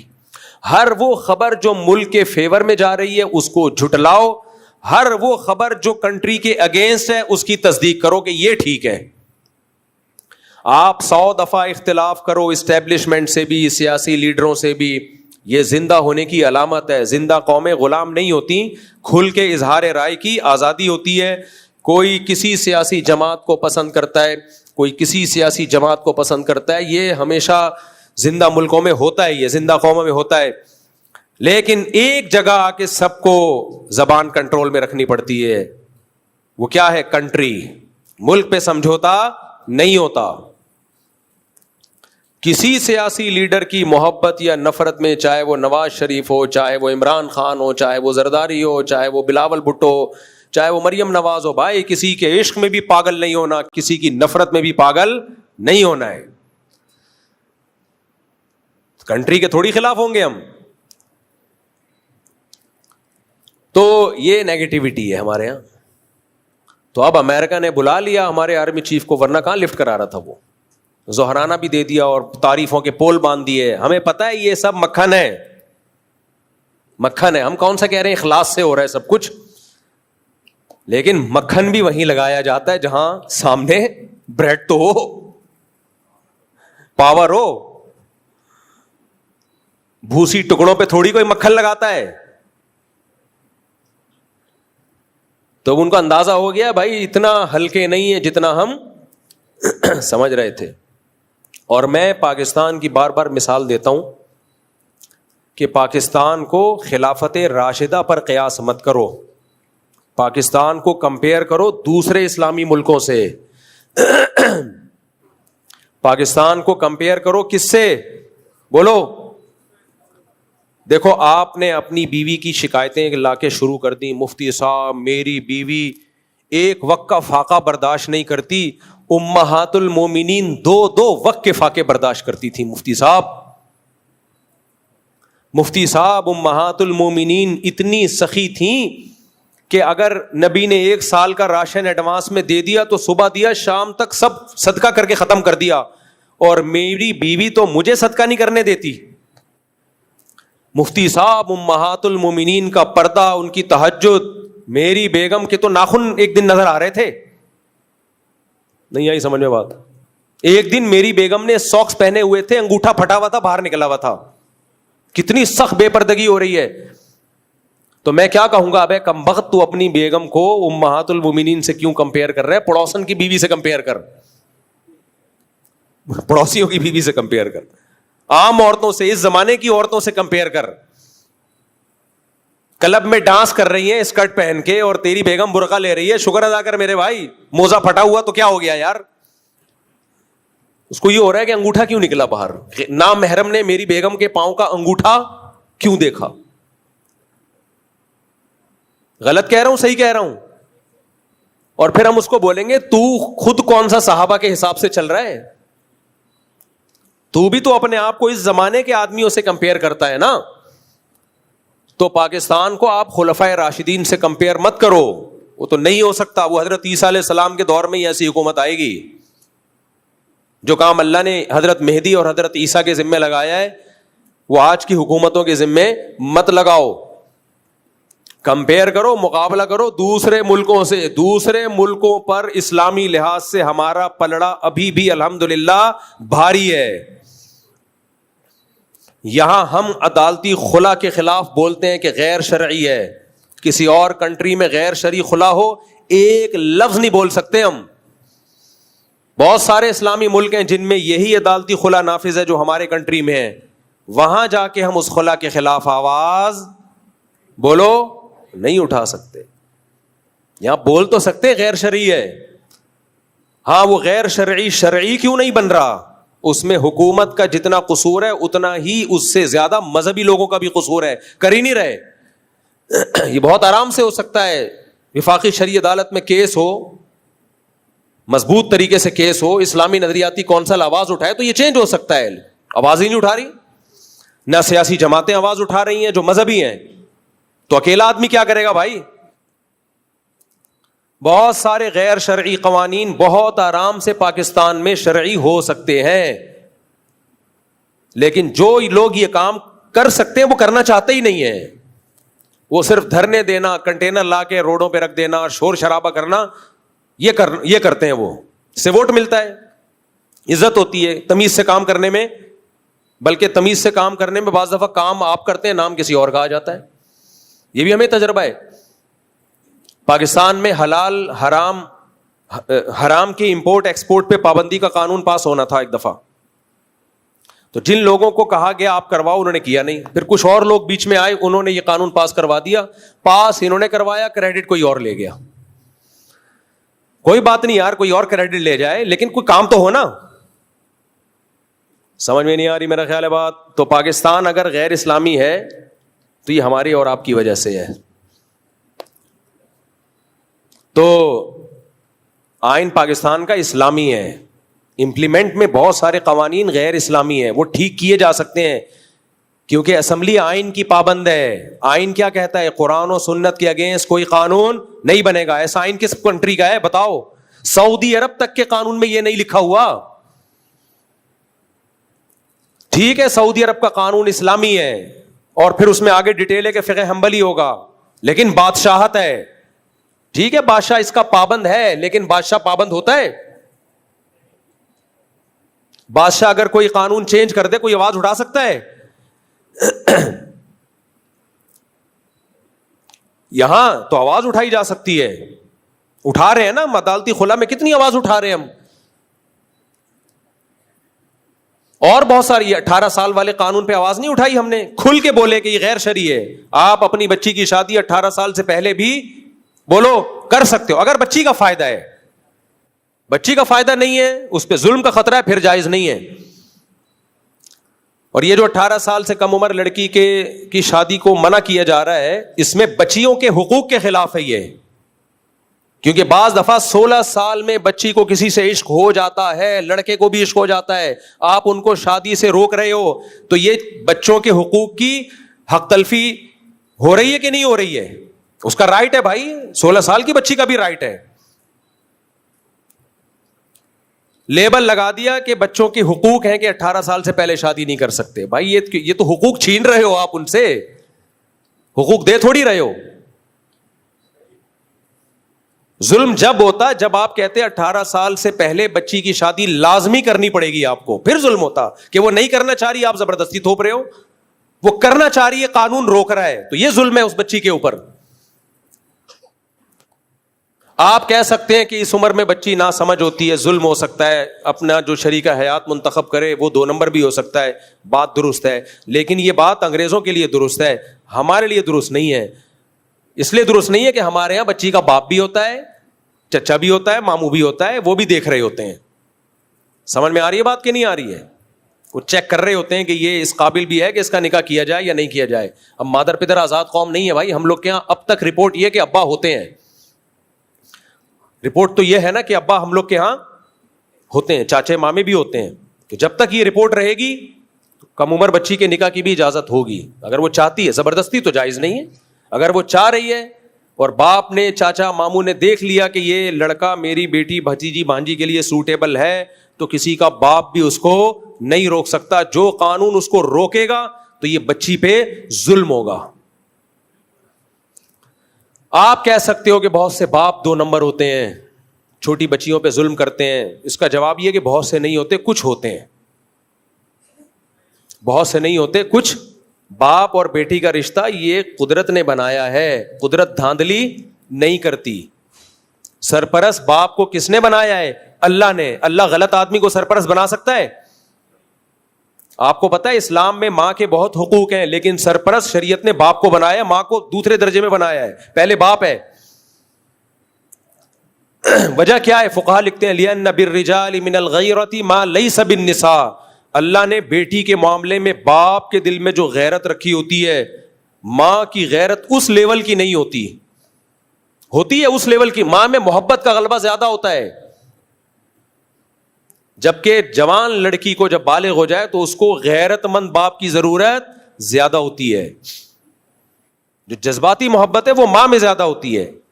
تو سرپرست اللہ نے کس کو بنایا میرے بھائی؟ باپ کو. تو ٹھیک ہے باپ ظالم بھی ہوتے ہیں, لیکن بہت کم ریشو ہے, زیادہ تر ظالم نہیں ہوتے. ظالم ہوتے تو پالتے کیوں, اتنی محنت کیوں کرتے؟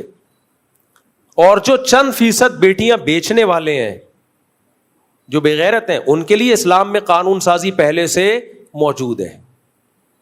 موجود ہے, آپ فقہ کی کتابیں اٹھا کے پڑھو, اس کے حساب سے قانون بناؤ.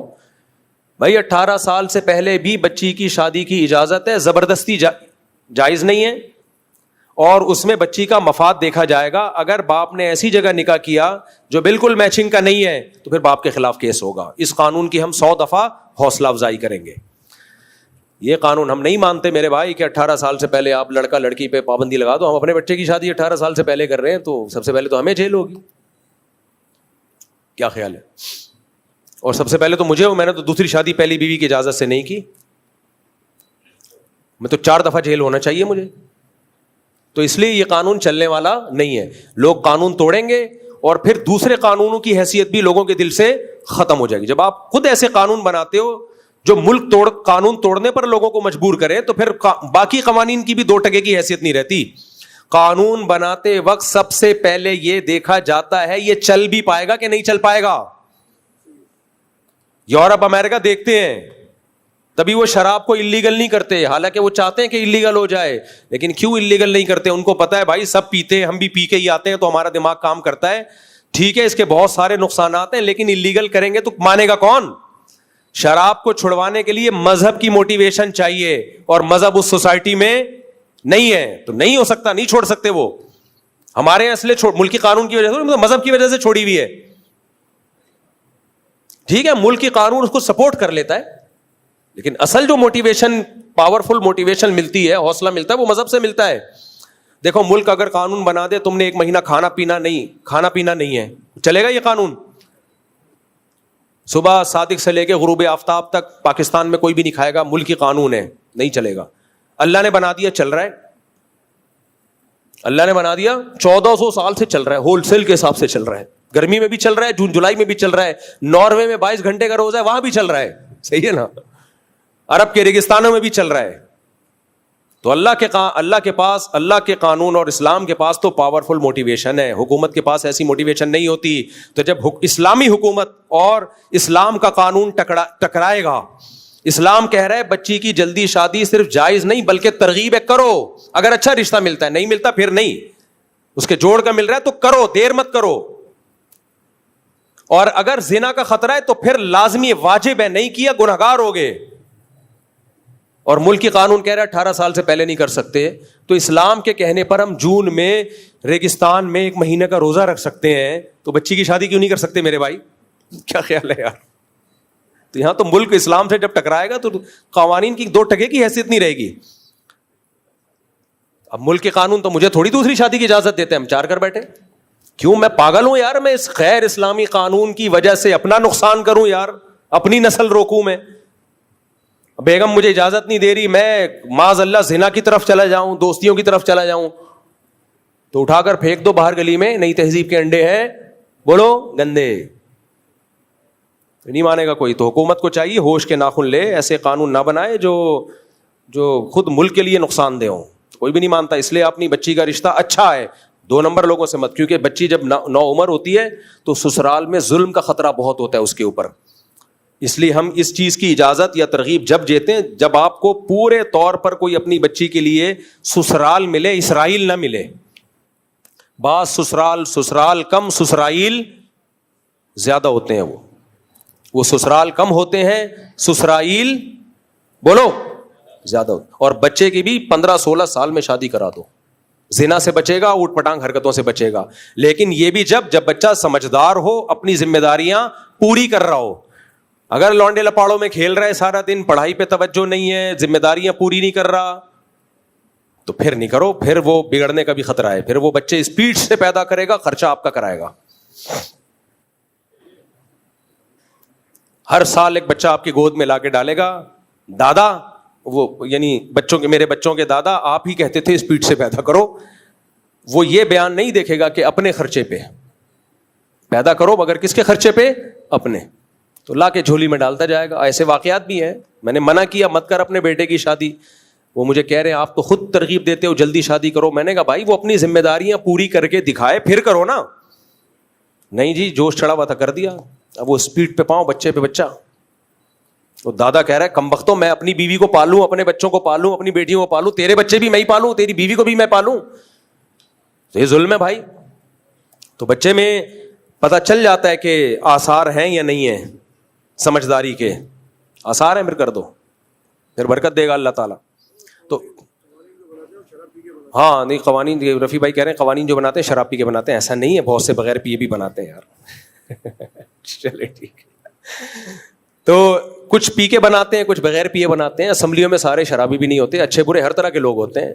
سب کو ایک ہی لاٹھی سے نہیں آنکنا چاہیے. میں چاہ رہا ہوں رفیع بھائی کو اسمبلی میں پہنچا دیں ایک دفعہ, پھر رفیع بھائی ہی ہوں گے, پھر کسی کی نہیں چلے گی. تو خیر کیا بات چل رہی تھی میرے بھائی؟ اٹھا کر پھینک دو باہر گلی میں, نئی تہذیب کے انڈے ہیں, بولو گندے. دیکھو جب ہم پیغمبر صلی اللہ علیہ وسلم کو نبی مان لیا, یا تو مانتے نہیں مانتے تو جمعہ پڑھنے کی ضرورت نہیں تھی. جمعہ نہیں, عیسائی پڑھتے ہیں جمعہ, آپ سب جمعہ پڑھنے آئے ہو تو اس کا مطلب مانتے ہو نا, ورنہ کیا مل رہا ہے جمعہ پڑھ کے آپ. تو جب مانتے ہو تو پھر بھائی ومن اصدق من اللہ قیلا, اللہ کہتے ہیں اللہ سے زیادہ اچھی بات, سچی بات کسی کی بولو نہیں ہو. تو اللہ نے جب کہہ دیا جھوٹ پھنسواتا ہے, سچ نجات دلاتا ہے. اللہ نے جب کہہ دیا وَمَن يَتَوَكَّلْ عَلَى اللَّهِ فَهُوَ حَسْبُهُ, جو اللہ پہ اعتماد کرتا ہے, اللہ پہ توکل کرتا ہے, اللہ اس کے لیے کافی ہو جاتا ہے. تو پھر ہمیں کس پہ توکل کرنا چاہیے؟ اللہ پہ. پھر یہ سیکولر لبرل لوگوں کی باتیں چھوڑ دو. جو یہ کہتے ہیں کہ ایکچولی یہ تربیت نہیں ہو پائے گی، فلاں نہیں ہو پائے گا، یہ سب ان کی باتیں ہیں. ان کے اپنے بچوں کی تربیت دیکھ لو آپ. تو منفیت چھوڑ دو میرے بھائی، مثبت دماغ رکھو، اچھا سوچنا شروع کر دو. اللہ نے ہمیں منفی سوچنے کا حکم دیا ہے یا مثبت سوچنے کا حکم دیا ہے؟ ہاں، میں اپنے دوست کا واقعہ سنا رہا تھا، ان کو میں نے میسج بھیجا. میں نے کہا دیکھو انڈیا بھی اب کہہ رہا ہے کہ یار عزت مل رہی ہے، اور امریکہ بھی اب پاکستان کو عزت دے رہا ہے. تو انہوں نے کہا اب مفتی صاحب یہ 10 سال پہلے ڈونلڈ ٹرمپ کے یہ امریکہ کے ساتھ پاکستان کا ایک پلان تھا 10 سال پہلے کہ پہلے ایسا ہوگا کہ میں مودی سے حملہ کرواؤں گا، پھر تمہاری مدد کر کے انڈیا پہ حملہ کرواؤں گا، اس سے تمہاری ہو جائے گی بلے بلے، پھر اس کے بعد میں ایران کو بولوں گا امریکہ پہ اٹیک کرے. پہلے میں ایران پہ اٹیک کروں گا، پھر ایران کو میں نے سمجھایا ہوا ہے تمہیں کوئی نہیں پوچھ رہا، میں اٹیک کر کے تم کو ہیرو بناؤں گا، پھر تم اٹیک کرو گے، تمہاری بھی بلے بلے ہو جائے گی. تو پھر دونوں مل کے میرے ساتھ مل کے گریٹ اسرائیل کے پروگرام میں شرکت کرنا. یہ آج کی بات ہے، آج کی. میں نے کہا یار بہت زیادہ ہو گئی یار، میں نے کہا بہت زیادہ ہو گئی ہے. میں نے ان سے کہا، میں نے کہا بھائی آپ کو بات سمجھانا ایسے ہے جیسے اونٹ کو رکشے میں بٹھانا. میری بس ہو گئی ہے مجھ سے، خدا کے لیے. میں 1 ہفتے سے اس کا ذہن صاف کر رہا ہوں اپنے دوست کا، کیونکہ اچھے لوگ ہیں، دیندار لوگ ہیں یار. آدمی کہتا ہے نا اچھے لوگوں کو سنبھال کے رکھو، غلط ہاتھوں میں نہ چڑھ جائے. میں نے کہا میری بس ہو گئی. آپ سن رہے ہو؟ میں نے کہا میری کیا ہو گئی ہے، بس ہو. ان کے ساتھ بھی ایک واقعہ دلچسپ. ہمارے ایک دوست ہیں، کوئی ٹینشن کا مریض نہ ہو تو بتائے. ہمارے ایک قریبی دوست ہیں، کوئی کہتا ہے نا میں بہت خوش زندگی گزار رہا ہوں، تو ایک دوست ہیں میرے فرینڈ ہیں بہت پرانے، ان کو بھیج دوں گا. بھول جاؤ گے خوشی کسے کہتے ہیں. وہ ایسی باتیں کرتا ہے نا. تو وہ ہمارے جو فرینڈ ہیں نا جن کو میں نے وہ اس کے علاوہ ہیں، 15-20 دن سے ذہن سازی کر رہا ہوں کہ مثبت سوچو. جب میں نے یہ کلپ بھیجا تو ان کا یہ رسپانس آیا. اصل میں 10 سال پہلے سے کیا تھی پلاننگ. میں نے کہا بھائی خدا کی قسم اونٹ کو رکشے میں بٹھانا آسان ہے، آپ کو بات سمجھانا ممکن. میں نے کہا آئندہ مجھ سے اس ٹاپک پہ بات نہ کریں، میری راتوں کی نیندیں اڑتی ہیں، میں ڈپریشن میں جاتا ہوں. کہتے ہیں کیا ہو گیا، اپنی رائے دینے میں تو کوئی حرج نہیں ہے نا مفتی صاحب، ظرف بڑا رکھیں، رائے ہے. میں نے کہا یار رائے ہے مانتا ہوں، لیکن رائے دینے کا بھی کوئی حد ہوتی ہے. میں نے کہا دیکھو ہم سہراب گڑھ جاتے ہیں قربانی کا جانور خریدنے، ایک بکرا ہمیں نظر آ رہا ہے جس کی ہڈیوں کا سوپ بنا کے پی سکتے ہیں ہم. بوڑھا سا بکرا، 6 دانت کا، ہڈیاں نکلی ہوئی ہیں. ہم نے جا کے اس سے ریٹ پوچھے کہ یار کتنے کا دے رہا ہے. وہ کہے 80 لاکھ کا. پہلے ہم سمجھیں گے شاید 80,000 بول رہا ہے، 800 بول رہا ہے، کہہ رہے نہیں 80 لاکھ کا. غصہ آئے گا کہ نہیں آئے گا؟ میں کہہ رہا ہوں یار تو خالی میں نے بکرا مانگا ہے، تجھ سمیت نہیں مانگا میں نے، خالی بکرا. تو کیا آپ کو غصہ کیوں آ رہا ہے؟ رائے دینے میں تو انسان خود مختار ہے. بھائی صاحب رائے کی بھی کوئی لمٹ ہوتی ہے نا یار. سوپ کے اتنے پیسے لے رہے ہو، سوپ کے، اور اس کا بھی یقین نہیں ہے کہ نکلے گا کہ بھی نکلے گا کہ بھی نہیں نکلے گا، یہ بھی نہیں پتا. حد ہوتی ہے نا کوئی. آپ 80,000 بھی بول دیتے تو ہم کہتے یار بس کرو. تو 10 سال پہلے سے پلاننگ چل رہی ہے، امریکہ اور انڈیا اور پاکستان، ایران نے خاندانی کام کیا، جو بھی اس نے کرنا تھا کیا، اکیلا کھڑا ہوا ہے پوری دنیا کے مقابلے میں. تو اب اس پہ تو تعریف بنتی ہے. ٹھیک ہے جو منفی چیزیں ہیں وہ منفی ہیں، لیکن یہ موقع تو ابھی اتحاد کا ہے نا میرے بھائی، یہ موقع تو اتحاد کا ہے. نہیں ایکچولی یہ خود ہی مروا رہا ہے، خود ہی کروا رہا ہے، خود ہی. ابے 2 آرمی چیف اڑوا دیے خود ہی. کیا ہو گیا میرے بھائی، بس کرو یار. اپنا آرمی چیف اپنے آپ کو مروا رہا ہے. تو یہ کھوپڑی میں آنے والی باتیں نہیں ہیں. خدا کے لیے مثبت سوچنا سیکھو. اور یہ میں نہیں کہہ رہا، یہ اللہ کا حکم ہے. اللہ نے کیا فرمایا؟ ان بعض الظن اثم، بدگمانی سے بچو، اس لیے کہ بہت ساری بدگمانیاں گناہ ہوتی ہیں، وہ غلط ہوتی ہیں. مثبت سوچنے سے صرف آخرت میں فائدہ نہیں ہوتا، دنیا میں بھی فائدہ ہوتا ہے, صحت اچھی ہوتی ہے, خوش رہتا ہے آدمی. جو منفی سوچتا ہے وہ منفی سوچ کے نفسیاتی بن جاتا ہے, تھوڑے دنوں میں ڈاکٹروں کے پاس جاتا ہے علاج کرنے کے لیے, کیونکہ اس کو ہر چیز سازش نظر آتی ہے. جیسے عاملوں کے پاس آپ چند دن بیٹھ گئے نا, عامل کہے گا فلاں نے جادو, فلاں نے کالا, فلاں نے پیلا علم, فلاں نے یہ کیا ہوا. تھوڑے دن کے بعد آدمی کو ہر جگہ جن, چڑیل, بھوت, وہ سمجھتا ہے کہ جو میری بیوی ہے ہو سکتا ہے یہ چڑیل ہو, بیوی کے روپ میں آئی ہوئی ہو. میں نے دیکھا ہے یہ حالت ہو جاتی ہے عاملوں کے پاس بیٹھ کے. یہ چڑیل, اس نے یہ کر دیا, اس نے جن بھیج دی, اس نے بندش لگا دی, اس نے یہ کر دیا, اس نے وہ کر دیا, ہر وقت الٹا سیدھا سوچتے رہیں گے. تو یہی حال ہو جاتا ہے منفی سوچنے کا. علماء کے خلاف لوگ منفی بہت سوچتے ہیں. ٹھیک ہے بھائی, 2 نمبر لوگ ہر جگہ ہوتے ہیں, 1 نمبر بھی ہوتے ہیں, 2 نمبر بھی ہوتے ہیں, آپ سبھی کو لپیٹنا شروع کر دیتے ہو. مدرسوں کے خلاف لوگ بہت منفی سوچتے ہیں. بھائی 2 نمبر بھی ہوتے ہیں لیکن 1 نمبر بھی ہوتے ہیں. ضروری نہیں کہ ہر مولوی کھا رہا ہو بیٹھ کے پیسے, جس کے پاس بھی پیسہ ہو وہ 2 نمبر ہی ہو, یا جو مدرسہ بھی ہے اس میں پیسہ غلطی استعمال ہوتا ہو. یہ کیسے ہو سکتا ہے؟ اللہ علماء کو گمراہی پہ تھوڑی جمع کرے گا. نہ عقیدت کی اندھی چادر اوڑھ کے بیٹھو, نہ کسی سے کلٹ کہتے ہیں نا انگلش میں اس کو, نہ کسی عشق میں مبتلا ہو بھائی, نہ کسی کے بغض میں مبتلا ہو. اعتدال کے ساتھ چیزوں کا تجزیہ کیا کرو, اچھے کو اچھا کہو, برے کو برا کہو.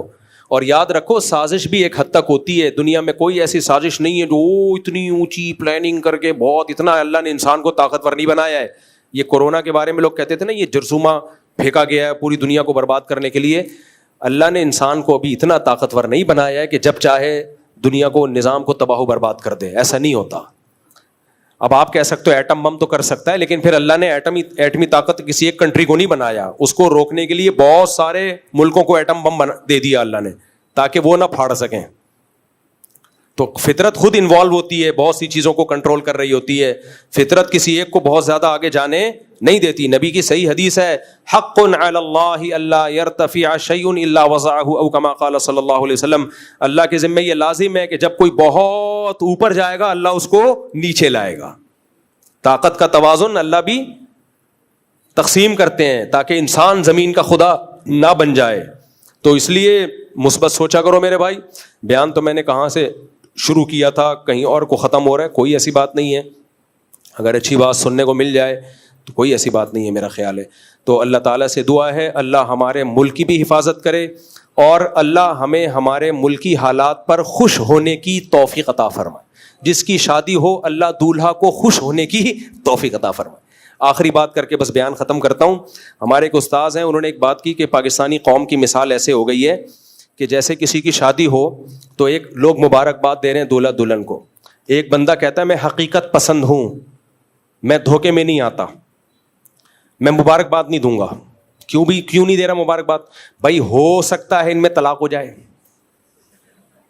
ہو سکتا ہے بیوی اتنی ڈپریشن دے کے یہ خودکشی کر لے. دیکھو فلاں رپورٹ ہے جنگ اخبار کی, وہ دیکھو فلاں شادی ہوئی تھی پہلی رات میں کھمبے سے لٹک گیا میاں. ہو سکتا ہے بیوی کھمبے سے لٹک جائے. دیکھو ایک دفعہ ونس اپون اے ٹائم وہ فلاں نے لکھا ہے اپنی کتاب میں, UK میں اسی طرح ایک شادی ہوئی تھی, دلہن لٹک گئی کھمبے سے. ہو سکتا ہے وہ سب کی رپورٹیں پیش کر رہا ہے. لوگ بولیں گے کمبخت ابھی شادی ہوئی ہے, یہ امکانات ہیں, ابھی مبارکباد دے دے. سارے مبارکباد دے رہے ہیں. تو امکانات کی دنیا تو بہت وسیع ہے میرے بھائی. جب طلاق اللہ نہ کرے ہو گئی تو پھر رو لینا آ کے. تو ایسا ایٹیٹیوڈ پیش کر رہا ہے کہ نہیں بھی ہو تو لگ ہو جائے گی.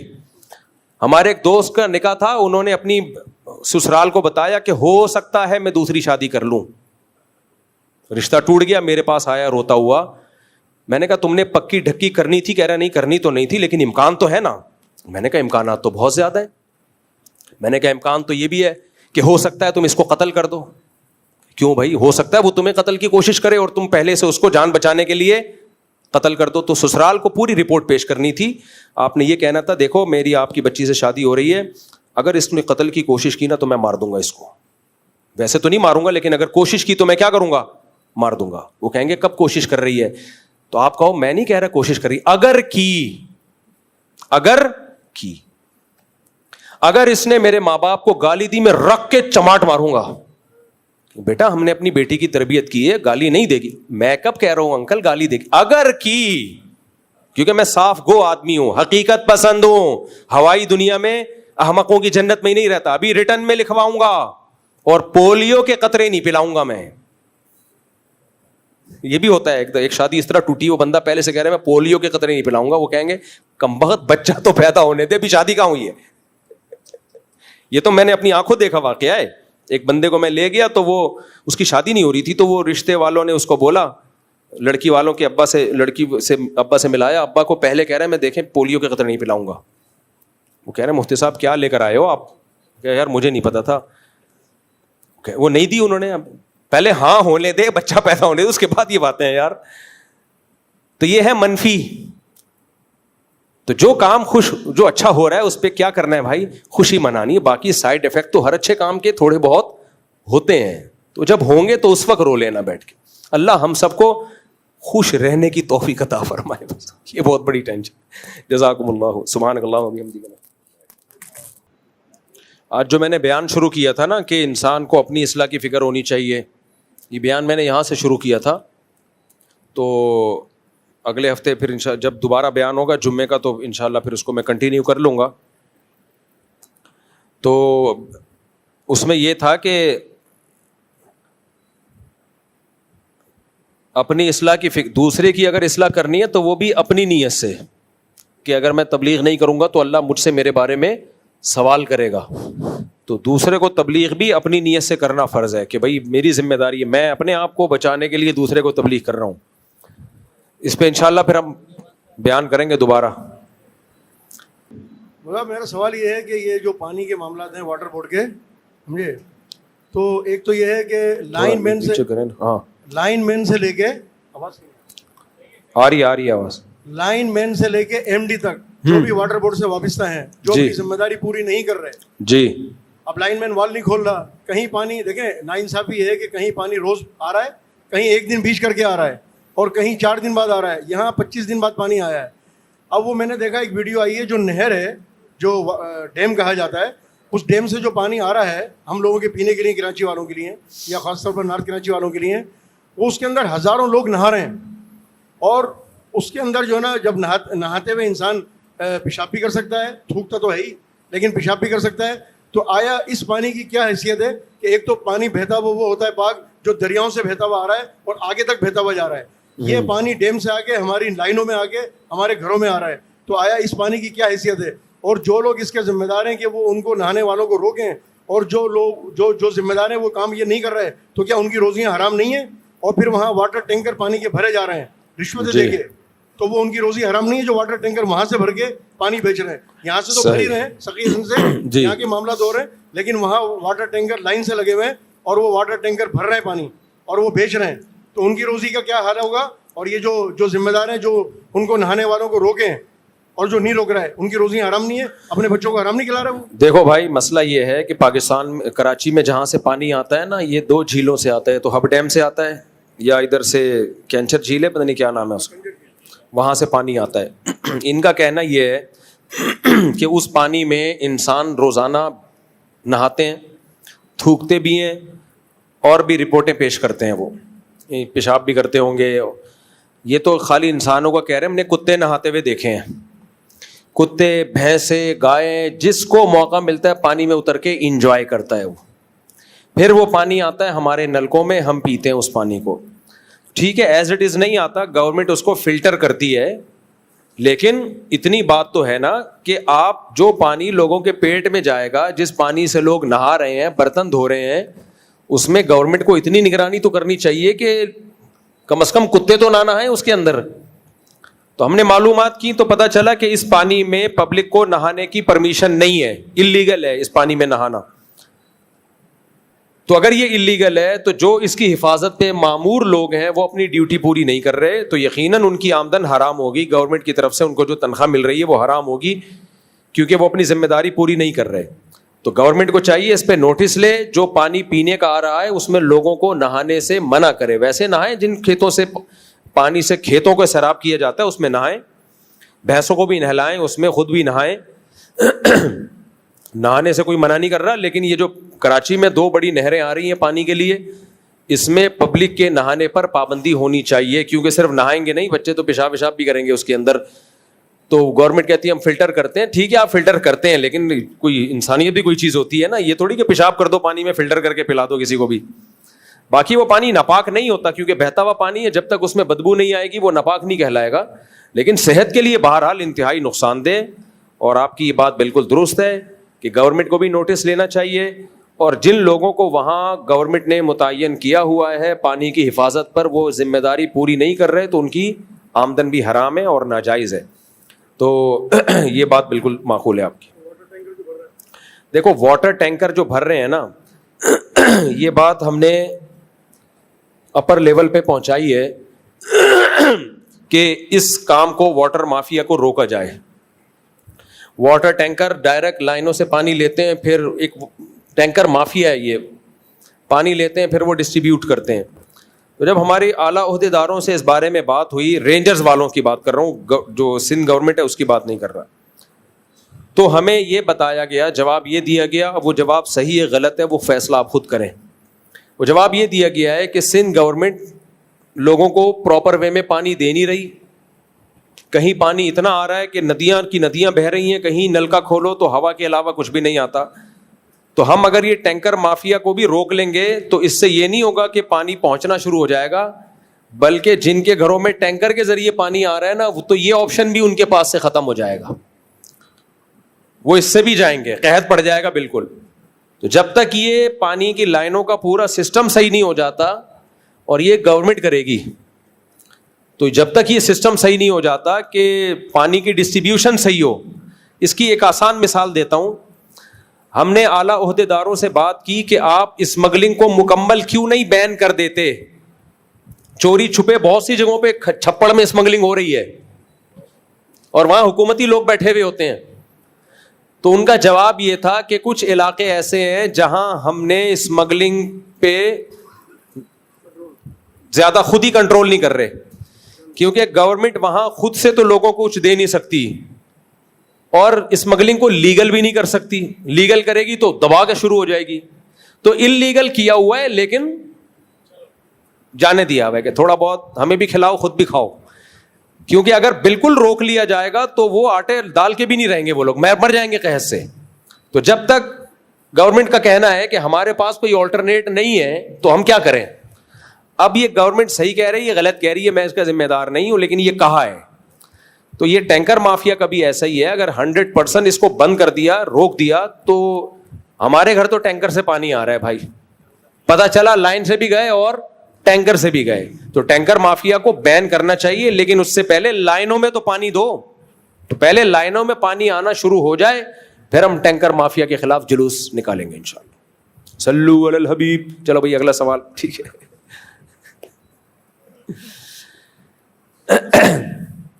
السلام علیکم. وعلیکم السلام. مفتی صاحب, سب سے پہلے تو میں آپ کو بتاؤں کہ میں بہت عرصے سے آپ کو سنتا ہوا آ رہا ہوں, اور میں بیسکلی جو ہے اسکول کا پرنسپل بھی ہوں, ماشاء اللہ, پرائیویٹ اسکول بھی ہے. تو میرا سوال تھوڑا سا ڈفرینٹ ہے, اور اگر میں اردو میں بولوں گا تو یقیناً کیونکہ یہ میڈیا وغیرہ میں بہت زیادہ ہوتی ہے تو شاید میری پکڑ بھی ہو سکتی ہے. آپ اردو میں بول لیں. Sir actually when you will turn around the whole Karachi, so that time you can see there's lots of school who are totally illiterate people are running, but board is announced that whenever you will give me little bit bribe and little bit things, so that time we will pass out to you. 9-10 student 9-10 کے بچے آپ دیکھ لیں, یا کوئی بھی آپ اس type کی چیز دیکھ لیں, 120 گز کی جگہ جو ہے, 120 گز کی جگہ, اس کے اوپر E D O education district officer school کو رجسٹرڈ نہیں کرتے ہیں. لیکن you can find out the whole Karachi, here is lots of schools are available in this city جو میٹرک تک اسکول چلا رہے ہیں, اور 120 گز سے بھی چھوٹے ہیں, اور رجسٹرڈ اسکول ہیں, ٹھیک ہے, اور بورڈ سے ریکگنائز بھی ہیں, اور ای ڈی او آفس سے رجسٹرڈ بھی ہیں. جی. اور بورڈ آفس میں یہ تھوڑا سا لفظ میں انگلش میں بولوں گا کہ بورڈ یوز ٹو سے دیٹ سر، کیونکہ یہ وائرل ہو جاتی ہے اکثر ویڈیو نا، تو اس وجہ سے تھوڑا سا ڈر بھی لگتا ہے کہیں ایسا نہ ہو کہ میرے پاس ہی کوئی آ جائے. اصل میں تھوڑا شارٹ سوال پوچھے نا، یہ جو آپ نے پوچھا اردو میں بھی پوچھ لیں گے کچھ نہیں ہوگا، یہ انگلش میں بھی وہی اعتراض ہے جو اردو میں. سوال صرف سر یہ اتنا ویلڈ پوائنٹ ہے. اسکولوں کا آپ حال دیکھو. آپ یہ بات کر رہے ہو کہ 120 گز سے کم پہ اسکول بنے ہوئے ہیں جو انلیگل ہے. میں ایسے اسکول جانتا ہوں اسکول ہی نہیں ہے، پرنسپل کی تنخواہ بھی جا رہی ہے، ڈیسک کے پیسے بھی آ رہے ہیں، وائٹ بورڈ کے پیسے بھی آ رہے ہیں، اور گدھے بیٹھے ہوئے ہیں وہاں پہ، گدھے گھوڑے بندھے ہوئے ہیں. تو اس لیے حکومت زندہ باد. ایسا ہی تھوڑی ہم نے دیکھیں ترقی کے لیے کچھ تو کرنا ہے نا سر. 9-10 میں تو یہ ترقی ہے، ہم نے ان چیزوں میں ترقی کی ہے. سر 9-10 میں اگر جو ہے بچے کو A1 گریڈ چاہیے یا ٹاپ، وہ پیسے سے مل جاتا ہے. بس دیکھیں جب جان محفوظ نہیں ہے تو آگے تعلیم تو بات کی چیز ہے نا یار. یہ کرنا کراچی جائز ہے. تو آپ کو پتا ہے رپورٹ یہ ہے کہ کراچی اس وقت پوری دنیا کے بدترین 4 شہروں میں آ گیا ہے، 4تھے نمبر پر ہے. رہنے کے لحاظ سے دنیا کے بدترین شہروں میں کون سے نمبر پر ہے؟ 4تھے نمبر. کراچی کو کراچی کے بجائے کچرا کنڈی کہا کرو. دنیا کی سب سے بڑی کچرا کنڈی کہاں ہے؟ کراچی. سب سے بڑی دنیا کی دا بگیسٹ کچرا کنڈی آف دی ورلڈ. انگلش میں بول رہا ہوں تبھی اردو میں نہیں بول رہا میں. دا بگیسٹ کچرا کنڈی of the world is Karachi. تو یہ تو ٹھیک کہہ رہے ہیں آپ. اب میں یہی کہہ سکتا ہوں، کیا کہہ سکتا ہوں. صرف سوال صرف یہ ہے کہ اگر کوئی بچہ فورس کرتا ہے کہ سر آپ مجھے بھی A1 گریڈ دلوا دیں اور میں کروا سکتا ہوں، نہیں دلوانا جائز نہیں ہے. نہیں دلوا سکتے، جائز نہیں ہے. جائز نہیں ہے. لیکن پیچھے سے بول رہے ہیں کہ اتنے دو اور لے لو، اور بھی اسکول کی ریپوٹیشن اچھی بنتی ہے. نہیں نہیں نہیں، رشوت جائز نہیں ہے. جزاک اللہ. اگلا سوال، پھر آپ میں اور حکومت میں فرق کیا ہوگا اگر آپ بھی یہی کام کریں گے؟ جی اچھا، کہاں ہیں؟ پرچی پر کہاں ہیں؟ ابھی ہیں؟ مفتی صاحب گزارش، کئی مہینوں میں آپ سے رابطے نہیں مل سکا، آپ مسجد میں آئے مگر اندر نہیں آ سکا، باہر سے واپس چلا گیا. مجھے آپ کا ستایا ہوا ایک بیاہ آ تو میں واپس چلا جاتا ہوں. مفتی صاحب اصل میں کچھ پریشان ہوں کافی، کوئی فون نمبر ہے میں رابطہ کر لوں گا ان سے بعد میں ہی. چلیں، فون نمبر ڈالا ہوا ہے نیچے تو کیا ضرورت ہے. مفتی صاحب میرا جی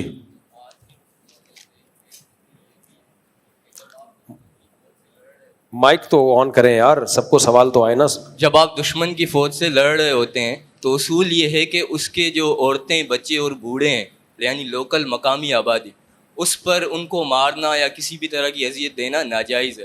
اب مسئلہ یہ ہے اسرائیل نے فلسطین پر جو کچھ بھی کیا وہ تو ظاہر بات ہے ظلم تھا، لیکن جو ایران بدلے میں کر رہا ہے تو ان کی عام آبادی کے مقامی علاقوں میں میزائل گرا کے ان کو جو ہے عام عوام کو بھی مار رہا ہے. تو کیا اس کی اسلام میں اجازت ہے؟ کیونکہ عوام تو بہت ساری جو ہے حکومت کی پالیسیز کے آدمی کے خلاف ہوتی ہے، عوام کا کیا قصور ہے؟ دیکھو جنگ میں اصل حکم تو یہی ہے کہ عورتوں بچوں کو نشانہ نہ بنایا جائے، لیکن جنگ میں اتنی ایکوریسی کے ساتھ کہ کوئی بچہ نہ مرے، کوئی عورت نہ مرے، کوئی بوڑھا نہ مرے، یہ پاسبل نہیں ہے. عملی طور پر یہ ممکن نہیں ہے. فلسطین میں تو ٹارگٹ ہی بچوں کو کیا جا رہا ہے نا، اس میں تو اصل تو ہے ہی نہیں، سامنے تو وہ تو فرنٹ پہ ہے ہی نہیں. لیکن یہاں سے جب میزائل داغے جائیں اور نیت یہ ہو کہ ان کے فوجی اڈوں کو اٹیک کرنا ہے، لیکن 100% یہ پاسبل نہیں ہے. اس کی مثال ایسے ہے، فقہا نے لکھا ہے کہ جب آپ میدان جہاد میں ہو اور دشمن مسلمان قیدیوں کو ڈھال بنا کے سامنے آ جائے، آپ نے ان کا قلعہ فتح کرنا ہے.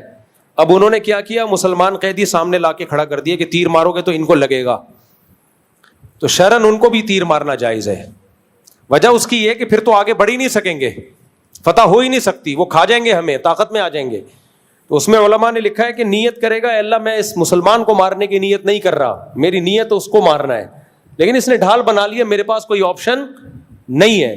تو جنگ میں یہ ممکن نہیں ہے کہ جی بالکل آپ نے جس کا نشانہ بنایا اسی کی کھوپڑی پہ جا کے میزائل لگے، یہ پاسبل نہیں ہے. اب پاکستان نے انڈیا پہ جو اٹیک کیا، ان کی فوجی تنصیبات کو نشانہ بنایا ہے، لیکن کیا بلی نہیں مری ہوگی اس میں؟ کیا گائے نہیں مری ہوں گی اس میں؟ تو اس میں بے گناہ لوگ بھی وہ مرتے ہیں، وہ روکنا ممکن نہیں ہوتا. ممکن نہیں ہوتا. ہاں ہدف ہی بے گناہ لوگوں کو بنایا جائے یہ حرام ہے, ناجائز ہے. تو ایک بزرگ بیان کر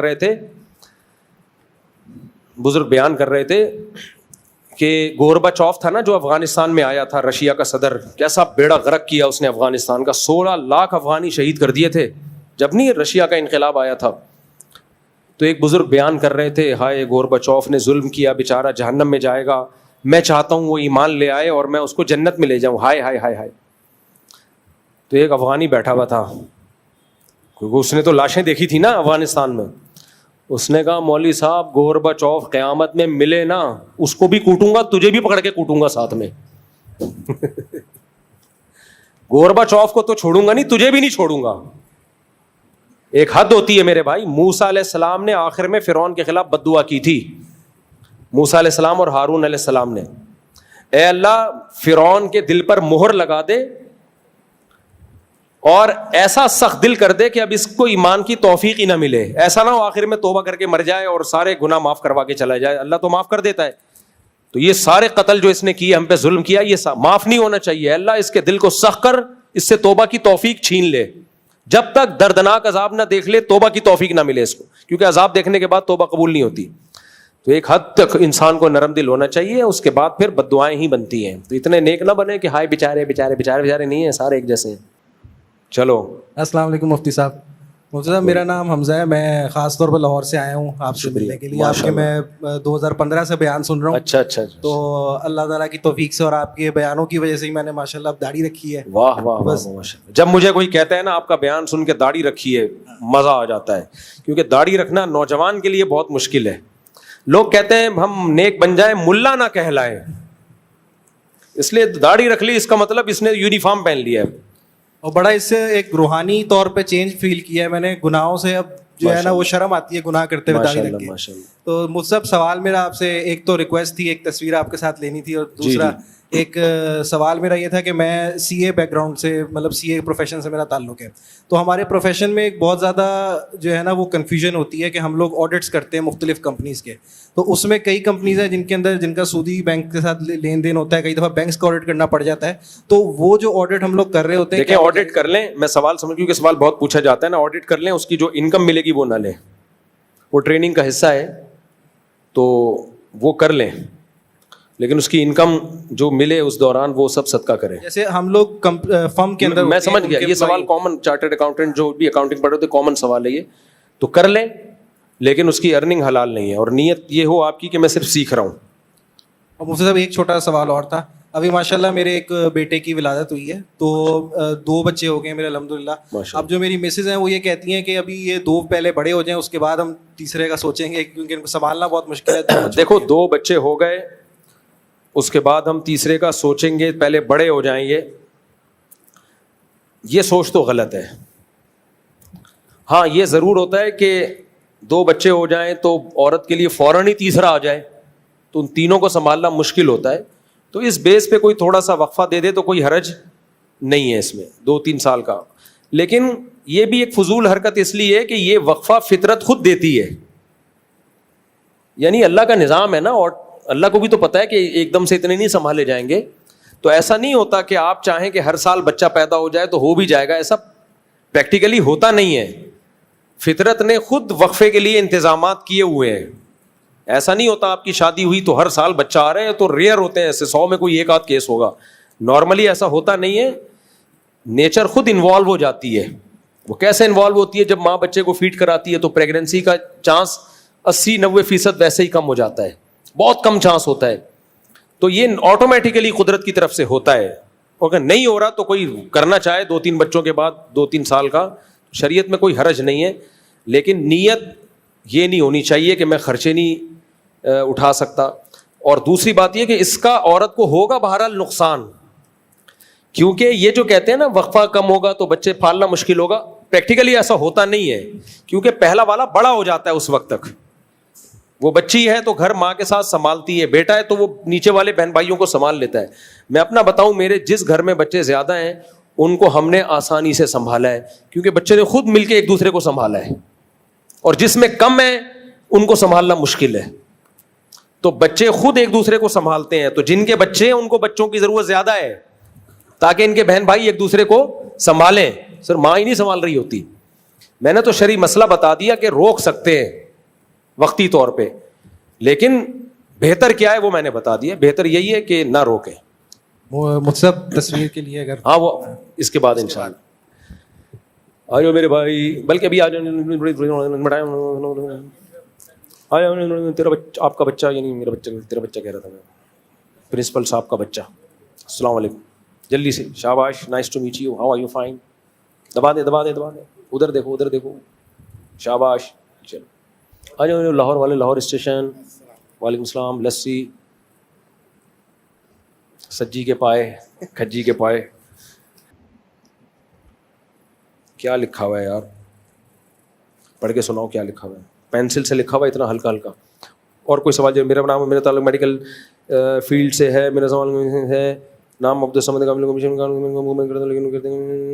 اسلام.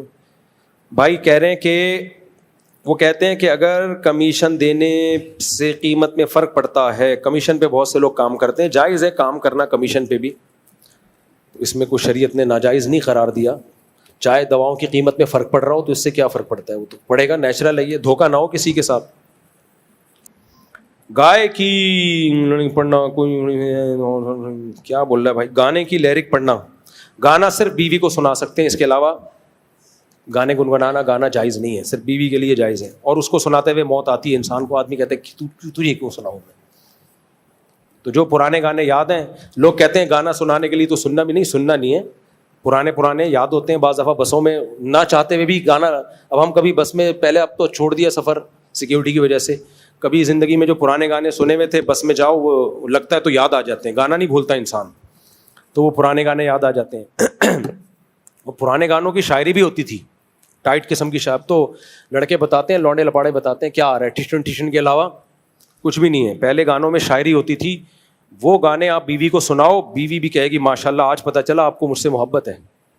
یہ ہماری ارینج میرج نہیں, ہماری محبت کی شادی ہے. لیکن بیوی کو گانا سنانا دنیا کا سب سے مشکل کام. انٹی کا فون آ جائے پوری فلمیں سنا دے گا اس کو, اسٹوریاں سنا دے گا. اچھا میرے بھائی, اچھا بیوی کو کبھی سنا بھی رہا ہو تو بیوی سمجھتی ہے مجھے کہہ رہا ہے یہ, حالانکہ آدمی کسی اور کی نیت کر کے کھا رہا ہوتا ہے. کچھ خواتین کہتی ہیں ہمارے شوہر محبت میں گانے سناتے ہیں. کہتا ہوں بھائی اتنا نیک, مارکیٹ میں شارٹ چل رہے ہیں, شارٹ چل رہے ہیں مارکیٹ. اچھا میرے بھائی, وہ مسجد کو یتیم اور پتہ نہیں کیا لکھا ہوا ہے, غریب کرنا نامناسب. اچھا میں نے اپنی مسجد کے بارے میں کہہ دیا ہماری مسجد بیچاری یتیم اور غریب ہے. یہ صاحب کہہ رہے ہیں اپنی مسجد کو یتیم اور غریب کہنا ٹھیک نہیں ہے. میرے بھائی ادب کا کو مسلط نہیں کرو اپنے اوپر. اس میں مسجد کی توہین نہیں تھی, مسجد کی قسمہ پرسی بیان کرنا مقصد تھا. تو اتنا زیادہ نہیں ایکسٹریم لیول پہ جاؤ. نبی صلی اللہ علیہ وسلم نے فرمایا لا تشددوا فیشدد اللہ علیکم, اپنے اوپر خامخواہ کی سختیاں مت لگاؤ, اللہ بھی کر دے گا سختیاں. اب ایک مولوی صاحب نے قرآن کے ادب پہ بیان کیا, اتنا سخت بیان تھا وہ, لوگوں نے واہ واہ تو کر لی, لیکن میں نے کہا پریکٹیکلی یہ ممکن نہیں ہے. اب دیکھو میں کرسی میں بیٹھا ہوں, کوئی یہاں قرآن رکھ کے بیٹھا ہوا ہے, تو ہم کیا کہتے ہیں ٹھیک ہے جائز ہے, کیونکہ اگر اس پہ پابندی لگا دی تو پھر ایک بھی آدمی کرسی پہ بیٹھا ہوا ہے, کوئی بھی زمین پہ بیٹھ کے قرآن پڑھ ہی نہیں سکتا, اس کو زمین سے اتارنا پڑے گا یا سب کو کرسیوں پہ بٹھانا پڑے گا. شروع میں ایسا ہوتا تھا جب اوپر پورشن میں لوگ بیت الخلا بھی بناتے, نیچے والے پورشن میں قرآن رکھا ہوا ہوتا, لوگ کہتے ہیں ہمارے گھر کے اوپر پورشن میں لوگ سو رہے ہیں, واش روم جا رہے ہیں, نیچے والے پورشن میں الماری میں قرآن رکھا ہے, یہ بے ادبی تو نہیں ہے؟ بعض لوگوں نے کہا یہ بے ادبی ہے, اوپر بیت الخلا نیچے قرآن. ہم نے اسی وقت فتویٰ دیا بھائی یہ بے ادبی نہیں ہے, اوپر کا پورشن بالکل ایک الگ چیز ہے, نیچے کا پورشن بالکل ایک الگ چیز ہے. تو اپنے اوپر اتنا ادب مسلط کرو جو افورڈ کر سکو. اب قرآن رکھا ہوا ہوتا ہے پیچھے, سعودی عرب میں ہم نے دیکھا ہے پیچھے لوگ قرآن پڑھ رہے ہوتے ہیں, لوگ آگے بیٹھے ہوئے ہوتے ہیں, ان کی پشت ہو رہی ہوتی ہے. ہمارے یہاں یہ کر ہی نہیں سکتے آپ, پیٹھ ہو رہی ہے. اس کا نتیجہ کیا نکلا, پچھلی صفوں میں بیٹھ کے کوئی آخر تک قرآن ہی نہیں پڑھ سکتا. تو ادب کریں اعتدال سے, اتنا نہ مسلط کریں کہ زندگی گزارنا مشکل ہو جائے. ایک بیچارے بزرگ آیا کرتے تھے مجھ سے ملنے, اللہ ان کی عمر میں برکت دے, اگر دنیا سے چلے گئے ہیں اللہ مغفرت فرمائے, وہ بہت زیادہ ادب سے بات کرتے تھے مجھ سے. آتے پہلے درود شریف پڑھتے, بڑے احترام کر رہے ہیں, آپ مفتی ہیں تو اتنا زیادہ القابات عرض کیا تھا. احقر کو گوناگوں مصروفیات کے باعث آپ سے ملاقات نہیں ہو پا رہی تھی, تو اب بڑے عرصہ دراز کے بعد آپ کا دیدار مبارک نصیب ہوا, تو کچھ گزارشات پیش خدمت ہیں. مجھے پسینے چھوٹ جاتے تھے. ایک دفعہ تو میں نے افورڈ کیا, دوبارہ وہ آ رہے ہوتے تھے میں راستہ بدل لیتا تھا کہ بھائی بہت مشکل کیس ہیں. ان پہ انڈیا کے تھے, کہیں لکھنؤ کے, تو وہ ویسے میں ان کا احترام کرتا تھا, بوڑھے ہیں خیریت ویریت, لیکن جب کوئی بات پوچھنے آتے میری ٹانگیں کپ کپانا شروع. تو میں نے کسی سے کہا, میں نے کہا یار یہ ہمارے لیے قابل احترام ہے, ان سے بولو کہ بس ٹو دا پوائنٹ بات پوچھ لیا کریں, آپ بھی سکون میں رہیں گے اور میں بھی. پھر بھی بوڑھے کا پھر بھی میں برداشت کر لیتا ہوں. اب بھی کچھ بوڑھے ایسے ہیں بڑی لمبی تمہید, ان کو تو میں یہ سوچ کے برداشت کر لیتا ہوں یار بڑھاپا ہے چلو برداشت. جوان آدمی پہ یہ سوٹ نہیں کرتا. آؤ ملو, السلام علیکم مفتی صاحب خیریت سے ہیں, بہت خوشی ہوئی آپ سے مل کے, یہ مسئلہ پوچھنا تھا, یہ اس کا جواب ہے, السلام علیکم. وعلیکم السلام. شاباش. تو یہ جو ادب بہت زیادہ مسلط ہوتا ہے, یہ عذاب جان بن جاتا ہے. کل ایک تقریب میں ہم تھے, ایک میٹنگ تھی, اس میں سب لوگ اپنی رائے دے رہے تھے حالات سے متعلق, ٹو دا پوائنٹ بات کر کے. ایک مولوی صاحب کے ہاتھ میں مائک آیا, ان کو دیے گئے 2 منٹ میں آپ اپنی بات کریں. وہ کیسے شروع کی, الحمدللہ نحمدہ ونصلی علی رسولہ الکریم اما بعد فاعوذ باللہ من اتنا لمبا خطبہ. اس کے بعد پھر انہوں نے تجوید کے ساتھ, تمام حضرات کا میں دل سے شکر گزار ہوں, اللہ سے امید ہے آئندہ بھی ہم اسی طرح ملتے رہیں گے. میں نے ساتھی سے کہا مشکل کیس ہے, میں نے کونی ماری, میں نے کہا بھائی یہ بہت مشکل کیس ہے. میں نے کہا کوئی فارورڈ کا بٹن واٹس ایپ میں تو ہوتا ہے, آہستہ بول رہے ہیں نا آپ, ڈبل اسپیڈ کر دو. میں نے کہا کوئی ایسا سافٹ ویئر بناؤ, سب سے پہلے میں خریدوں گا, جو اس طرح بول رہا ہوگا جا کے اس کے لگا دو. وہ کیا ہوا, 2 منٹ کی بات 20 منٹ میں کیے اور لوگ اٹھ کے جانے لگے. ابے ٹو دا پوائنٹ بات کرو, چلاؤ یار آگے. تو یہ جو ادب ہے, مسجد کو یہ بول دیا, مسجد کو غریب بول دیا, بھائی کوئی بے ادبی کی نیت سے نہیں بولا ہے, مسجد کی حالت بتانے کے لیے. تو اس میں کوئی زیادہ نہ مسلط کریں. یہ اور کیا گانے, یہ محبت ہو گئی کزن سے, اس کی عمر زیادہ, آپ 17 سال کے ہیں, جس سے محبت ہو شادی اسی سے کرو میرے بھائی, چاہے 90 سال کی کیوں نہ ہو. ہوتی نہیں ہے 90 سال کی سے, لیکن ایک مثال دے رہا ہوں میں. اگر آپ کی عمر 17 سال ہے, کزن کی عمر 35 سال ہے, آپ کو اچھی لگ رہی ہے, ٹرائی مارو ایسی کی تیسی. میں نے خود ایسی شادیاں کرائی ہیں ایسی شادیاں. ہمارے محلے میں ایک لڑکا تھا, لونڈا لپاڑا بالکل, بمشکل 17-18 سال کا ہوگا, ہینڈسم اسمارٹ تھا. انٹی تھیں 35-40 سال کی, کنواری تھیں, پسند آ گیا ان کو. انٹی بھی انٹی تھیں, اس لڑکے کو پسند آ گئی, وہ شادی ہو گئی. لوگوں نے بہت تماشے کیے. آج ماشاءاللہ ان کے بچے ہیں, ابھی ملا مجھے پتہ نہیں 30-35 سال کے بعد, پرانا واقعہ ہے نا, ابھی تک ماشاءاللہ ہنسی خوش زندگی گزر رہی ہے, ان کے خاندان اچھا, بچے بھی ہو گئے. جب میاں بیوی راضی تو کیا کرے گا قاضی, ایسی کی تیسی. وَتُعِزُّ مَن تَشَاءُ وَتُذِلُّ مَن تَشَاء کی روشنی میں سمجھائیے کہ کیا اس سے مراد یہ جس شخص کو عزت مل رہی ہے وہ عزت کے قابل بھی ہے, مثلا ڈونلڈ ٹرمپ یا کوئی اور بھی شخص جس کا نام بھی نہیں لیا جا رہا, جس کو عزت مل رہی ہے وہ عزت کے قابل ہو یا نہ ہو.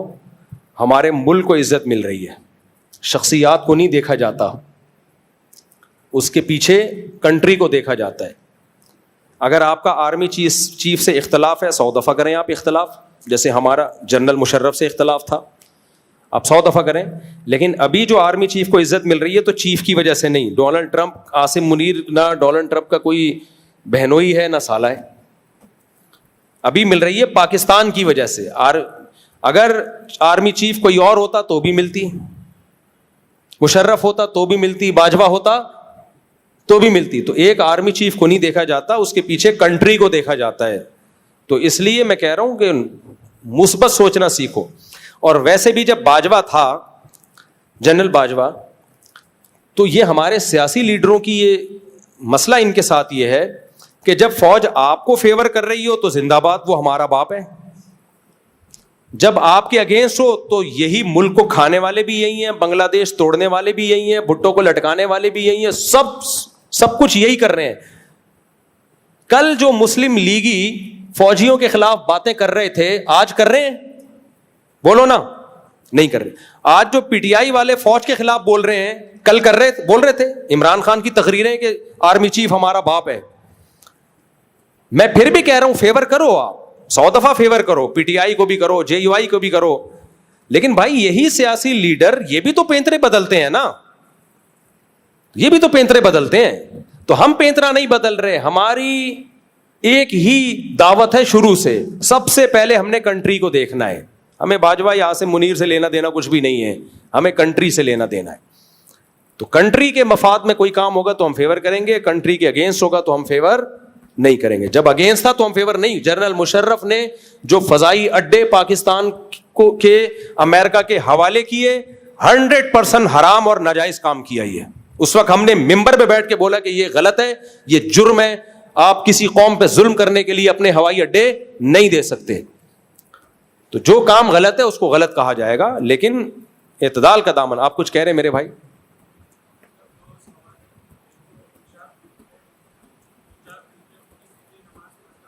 کن کے پیچھے؟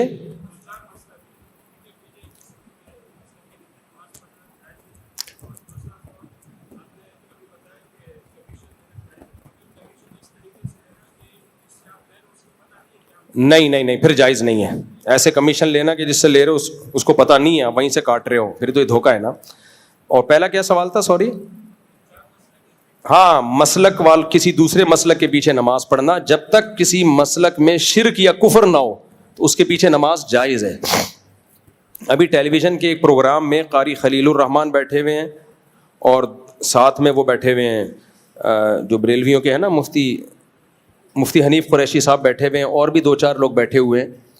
تو سوال پوچھنے والے نے پوچھا یہ حنفی لوگ امام کعبہ کے پیچھے نماز کیوں نہیں پڑھتے؟ یہ 2 نمبریاں بہت ہوتی ہیں ٹیلی ویژن میں. تو مفتی حنیف قریشی صاحب نے جواب دیا کہ حنفی لوگ امام حرم کے پیچھے اس لیے نماز نہیں پڑھتے کہ وہ شافی بھی ہیں، بعض دفعہ ہمارے مسلک کے مطابق نماز نہیں ہو رہی ہوتی. بھائی یہ سوال ہی غلط ہے. حنفی لوگ امام کعبہ کے پیچھے نماز پڑھتے ہیں، چاہے وہ شافی ہوں چاہے وہ حنبلی ہوں، کیونکہ ہم چاروں اماموں کو برحق سمجھتے ہیں. اب سعودی عرب میں جو امام کعبہ ہیں وہ حنبلی ہیں. ان کی تحریر میں نے خود پڑھی ہے کہ ہم فقہ حنبلی کو فالو کرتے ہیں. خود میں اس کا گواہ ہوں. انہوں نے ان پہ کسی نے اعتراض کیا تھا کہ آپ امام احمد بن حنبل کو کیوں فالو کرتے ہیں؟ انہوں نے کہا ہم اس لیے کہ وہ اہل سنت والجماعت کے امام ہیں، تو ہمارا حنبلی ہونا قابل فخر ہے کیونکہ ہم اہل سنت والجماعت کے امام کو فالو کر رہے ہیں. میں نے خود تحریر پڑھی ہے. تو ہم ان کے پیچھے نماز پڑھتے ہیں، یہ سوال ہی غلط ہے. تو قاری خلیل الرحمان نے پھر کہا کہ یہ ایسا کرتے ہیں. پھر مفتی حنیف قریشی صاحب نے جواب دیا ہم اس لیے نہیں پڑھتے. تو بریلوی حضرات نہیں پڑھتے، جو ان کا ہی کرائے ہے، لیکن یہ کہنا کہ حنفی نہیں پڑھتے یہ غلط ہے. صرف بریلوی نہیں پڑھتے، وہ نہیں پڑھے، ان کی مرضی، ان کے پاس کیا لاجک ہے، اس لیے نہیں پڑھتے کہ وہ شافی ہیں، ہمارے مسلک کے حساب سے نماز صحیح نہیں پڑھ رہے، کیا کر رہے. لیکن ایسا ہمارا فتویٰ نہیں ہے. دنیا بھر میں حنفی صرف پاکستان میں نہیں ہے، ترکی سارا حنفی ہے، افغانستان سارا حنفی. امام بخاری کا وطن بخارا، وہ سارا کیا ہے؟ میں تو خود گیا ہوں وہاں جا کے، میں نے دیکھا ہے، وہ بھی حنفی ہے. تو دنیا میں 50% سے زیادہ تو مسلمان حنفی ہیں.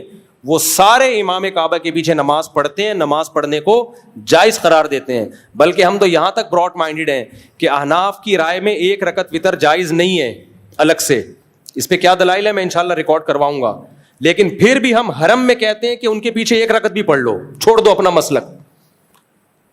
کیوں بھائی؟ امام حرم ہے تو کوئی بات نہیں، آپ اس میں فقہ حنبلی کو یا فقہ شافی کو فالو کر لو. دلائل تو دونوں طرف ہیں. اجتماعیت کی خاطر کیا کرو، 1 رکعت وتر میں بھی آپ حرم میں جا کے، کہیں اور نہیں، حرم میں آپ 1 رکعت وتر بھی ان کے پیچھے پڑھ لو. تو ٹی وی میں جو پروگرام ہے اس سے یہ میسج گیا ہے کہ گویا حنفی امام کعبہ کے پیچھے نماز نہیں پڑھتے.